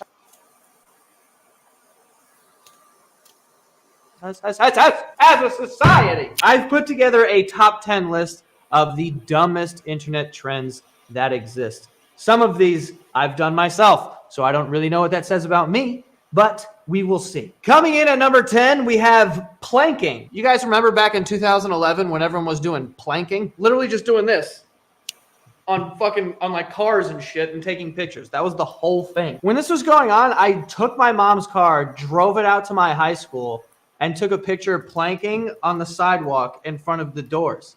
And I put it on Facebook. That's how I spent my fucking Friday night or whatever. Apparently someone's even died from this. They tried to plank on a balcony and then they fell off. I mean, come on. This is the kind of shit that was just riveting. This is the greatest thing anyone's ever done in 2011. It's just planking. This dude's probably got a wet cock, honestly. It's right in the water fountain right there. Look, he even got this old fuck doing it. Honestly, I'm impressed by the core strength at that age, to be honest. Good for him. If this is you, can you imagine your fucking wedding photos? Honey, let's plank. Bitch, you're in a wedding dress. Ha ha ha, Kiki. That's nice. Hope he enjoys it. A dirty park bench. What are you doing? This is why planking is in the top 10. Because it literally drove people nuts. It was everyone had to do it, and they had to one-up it. They're like, no, I need to go to the top of the Empire State Building, like King Kong, and plank on the tip. But planking, I'm pretty sure everyone did at one point. There's a lot more dumber ones, so that's why it's at number 10. Coming in at number 9, we have the coning challenge. The coning challenge, also one that I have done in my life, and honestly, I have a soft spot for it. I don't know how the fuck this thing started, but I actually do think it's kind of funny. But it's fucking dumb. Also started in 2011. 2011 was just a wild year, I guess. There was planking and coning. But anyway, with coning, if you don't know what that is, you would go to a drive-thru, so a McDonald's or something, and you'd be like, can I get an ice cream? and then you would order ice cream, and they'd be like, here you go, and then you just grab the ice cream, or you would just smush it in the fucking woman's hand. You're like, here you fucking bitch, and then you drive away. I could see Chantel doing something like that, to be honest with you. That's it. Let's watch some. Oh, you ate it staring at her. What'd she say? Are you all right? Are you all right? And he's like, yeah, I'm good. Fuck is that? First of all, this is not the part that I thought you just grab it and drive away, and that was the funny part. I didn't know that people were like painting their face with the ice cream. That kid was just literally going bang, bang with the fucking cone. I also haven't gotten ice cream from fucking McDonald's in so long. So that was probably the last time that I got it, to be honest. I went through and I coned some woman. You get coned, bitch! Coming in at number 8, very famous one, the Cinnamon Challenge. Bro, we've all done this. You've done this. That I recall. You've never done it? I've done the Cinnamon Challenge more than 8 times. For a while, I thought I could beat it. Like, I was like, I could swallow all the cinnamon, but you can't. But you just do a teaspoon of cinnamon. And you try to. Now you do know cinnamon. Back in 2011, they were doing this. I don't think they're doing it anymore, but yeah. Swallow it. And then you come as close to death that you can get without it actually happening. Because when you put the cinnamon in your mouth, all the saliva runs. Your mouth just becomes dangerous. A dry wasteland. Thank you, Danny. And you're coughing up cinnamon all over your kitchen, and your mom comes in and starts hitting you. Okay? That's exactly what happened in my experience. Oh man, here it comes. Cinnamon new. Hey, oh God, no. You know how dangerous this is, yo? This is what I'm saying, man. Like, that's what happens. Damn, she got a whole fucking ladle.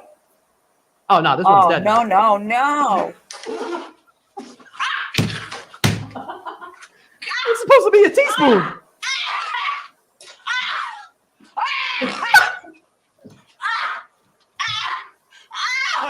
Oh my gosh, you pulled a whole lip off. This eventually made the news, and then doctors were like, bro, you guys can't do this. It can cause vomiting, pneumonia, collapsed lungs, progressive lung damage, it says. Like, but people were like, no, I'm going to do it. Like, coming in at number 7, we have the Kylie Jenner lip challenge. Oh my God. Do I recall the Kylie Jenner thing where these girls were taking these like little glasses and sucking through them so their lips look like this. I was like, what the hell is wrong with you? Again, something very dangerous, because you can dust capillaries and stay like that. I mean, what the hell?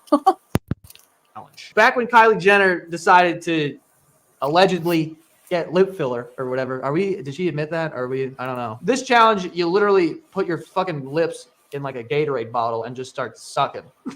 Yeah. Until like it creates a vacuum, and then it just, I don't know what it does. It fills your lips with like blood. I don't know. People were obsessed with Kylie Jenner's lips for some reason, and I don't know who started this trend, but there's actually an apparatus out there that you can buy that you suck on. It takes like all your entire lip meat and mind you, and you're sucking through this apparatus, and it's supposed to come out with full lips. Well, you'll see what it does. Oh, but it makes them all fat. Doctors warned of significant pain, swelling, bruising, as well as potential risk for scarring and permanent disfigurement. And people are like, it's the Kylie Jenner lip challenge. I'm going to do it. Let's watch some idiots. Watch this.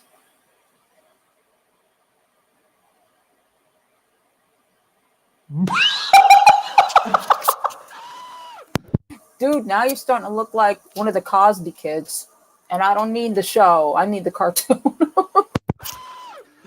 Bro, yeah, cause how long was you doing that for? 15 minutes. 15 minutes? Yeah, that's what it was supposed to be, the challenge. The challenge was for 15 minutes? I thought it was just for 30 seconds or something. But this is so dumb. What are we doing, folks? I never did this one. Did I do every single one up to this? All right, before we move forward with this video, we do have a sponsor for today, which is Rocket Money. Rocket Money is an all-in-one personal finance app that's going to help you budget, cancel unwanted subscriptions, and they will dispute it if they can.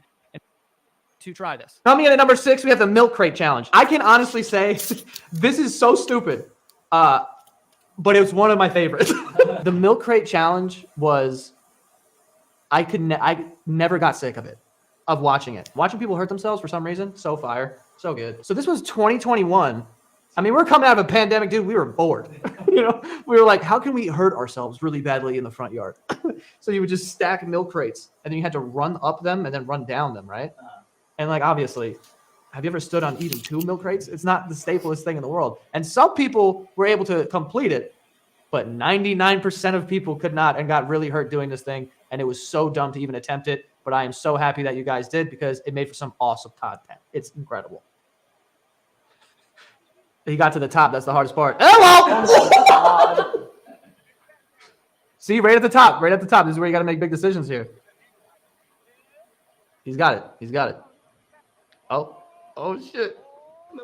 Oh! Right on his head. Oh, nah. He's dancing up there. Oh, he's dancing. Oh. Oh, he's dancing. Put one in the air. This guy's regretting it. He's like, I ain't making it. Bang! Oh, shit. The milk crate challenge was so gnarly that they took down all the videos off of TikTok. That's crazy, dude. Right outside of the top 5 because it did look fun. Now we're entering the top 5. Number 5, we have the Harlem Shake. There you go, This was Irma. 2013. There's the Harlem world Shake. like came together to do this trend. Everyone and like every single famous person, everyone did the Harlem Shake. I just remembered. So I don't know how familiar you guys are with the child star Blippi. Well, he's not a child, but he's a star in the eyes of children. He makes children's show. I don't know. I don't mean to rat him out, but like he did a Harlem Shake at one point in his life, and when the music hit, he wasn't in a costume like going crazy and dancing. When the music hit, he was standing on a toilet and shot shit all over his friend who was laying on the ground. That's the craziest Harlem Shake of all time. Also, I remember at the time being very confused by the name because this isn't the Harlem Shake. You know what I mean? Like the Harlem Shake is a completely different dance move. Every startup in the world took a long lunch one day and we're like, yo, the whole company is going to bring in a costume and, you know, we're going to shoot a Harlem Shake video. The Harlem Shake walked so that the mannequin challenge could run also. That's not on this list. And that's another one that I've done as recently as last summer, I think, at my friend's birthday party. Coming in at number 4, we have the Tide Pod Challenge. Oh the my children in God. 2012 and 2013 thought it'd be a good idea. See, this is not a challenge. This is just flat out stupidity. And it's unfortunate because, again, this is something that it's toxic and can kill you. I don't know how they thought this was a challenge. It wasn't. It was a bunch of idiots that thought Tide Pods looked palatable, so they chewed on them. Like, I didn't understand this at all. It's the stupidest thing, but yep. Idea to start eating detergent. This is an example of one of those things that isn't challenging. The challenge is explaining to your parents why there's no more detergent in the house. They're like, where the fuck do these things keep going? It's like, yeah, Johnny's in the basement. Exactly, he's shooting YouTube Ursula. videos, and he's eating all of our detergent. And like, I don't know. Look at this. Between 2012 and 2013, Poison Control Centers reported over 7,000 cases of young children eating laundry pods and ingestion of laundry pods produced by P&G that had resulted in 6 deaths. Yeah. By 2017? Yeah. That's why you're top 4, cuz. I wonder if Tide did well after this. Their sales probably skyrocketed at first. They did have to put out a statement. I remember one time they made Rob Gronkowski go on a commercial and be like, yo, Tide Pods, you shouldn't eat them. I'm like, this is how we're getting the message across. We're getting desperate. Like, yo, I don't know, send Gronk out there. Tell him to stop eating it. Yeah, I guess that was the joke. The joke was with this whole shit that, like, Tide Pods looked appetizing. And that's finding that they tasted good. I get it. I like that green color. It looks like it tastes good. Maybe minty. Honestly, I've brushed my teeth with some toothpaste that looks like that. Here we go with the top 3. Coming in with the bronze, we have the condom snorting challenge. Oh. I can confidently say that I've never snorted a condom, nor did I think I'd ever have to even say that. Someone in 2013, you notice this is all happening around the same fucking years for some reason? What was going on? Someone on the internet snorted a condom up their nose and then it came out of their mouth. So everyone was like, oh, cool, I'm going to do that. This is a new challenge. Okay, well, this guy looks like he does snort condoms, to be honest. Oh my God! Oh! I don't know. Oh my God, I'm gonna fucking vomit. Ew! Where is he grabbing it? That is disgusting. Put the condoms on your penises and have sex. Just do that. Don't snort them. The other way that I'm talking about is way more fun. I'm telling you. All right, coming in at number 2, we have the fire challenge. What's the fire challenge? It's exactly what you think it is. People light themselves on fire. What the fuck is going on? Trust me, it was very hard not to make this number 1. But when we get to number 1, you'll know why. A lot of people would just do this while they're in the shower. They would like put some flammable shit on their arm and like light it on fire. And then they'd be like, oh my God. Ah! And they had like burns. They would have to go to the fucking hospital because they would be like, it's fire. Like, you're burning your body. What do you think was going to happen? I don't understand. How is this fun? what happened to hide and seek and tag? God, I wonder how many people just. Oh my God, Grateful. That's crazy. Yeah, don't do this. Okay, for future reference, anybody that comes across these and thinks it's a good idea just for, attention, don't do these things. These things are stupid and could kill you, essentially. Also, bro, have you ever like gotten too close to a candle even? Like, if you burn the hair, first of all, smells like shit. You're covering yourself in flammable liquid and then lighting it, and then you're scared. I'm scared for you. The mentality is what I'm scared of. All right. Coming in at number 1, we have the car surfing challenge. I'll be honest with you. I did not know this was a thing until we started doing research for this video. I was certain before we started doing this video. I'm sorry. When was this popular in the 2000s? Because I always thought this was like an 80s thing. Like, if you ever see Teen Wolf, where he's like riding on top of the van or whatever it was at the time. Like, I always thought that was a thing out then in the 80s and 90s. And where were people doing this in the 2000s?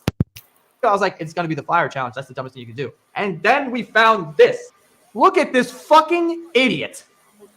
Oh my God, Stranded. This is One Direction. He fell off the car. Dude! Oh my God. Oh my God. White people are so... this is the whitest thing in the world. Now.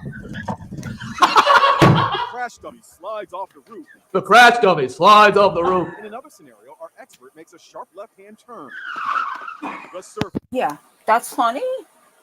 hits the pavement hard. The injuries would have been devastating. What? Yo, this is everyone who is involved in that is dumb. This is why this is number 1. If you're gonna get out of your own car and get on top of it and ghost ride it, that's basically what that guy did with that big red truck, and he drove it into a fucking hydrant and a pole. It almost landed on him. There's one thing you take away from this video. It's this.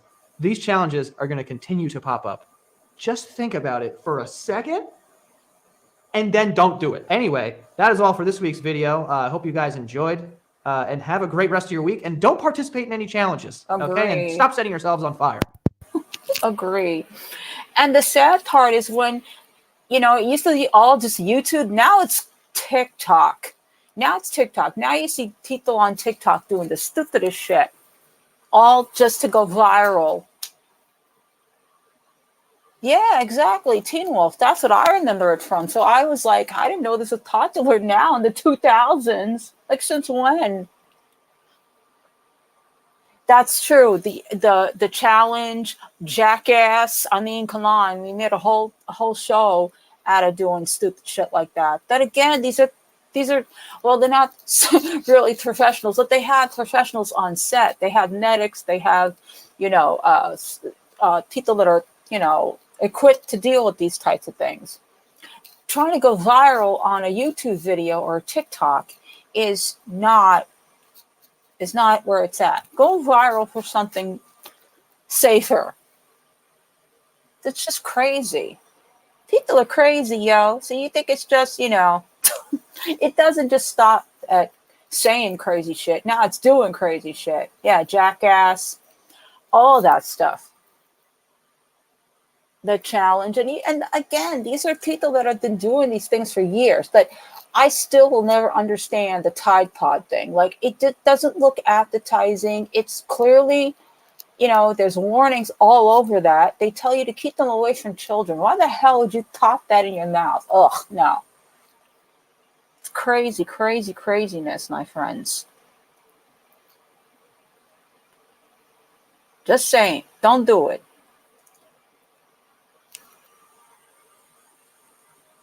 Aw, thank you, Kiki. I'm glad I could make y'all laugh. That is the goal here. The goal. Goal. Yeah. I have a lot, I could share with you guys. A lot of people that I watch that are quite funny. Exactly. Oh, Fear Factor. Yeah. But again, these are programs that have medics and people on set. You know what I'm saying? Hey, D-Dot. Thanks for coming in. Glad that you did.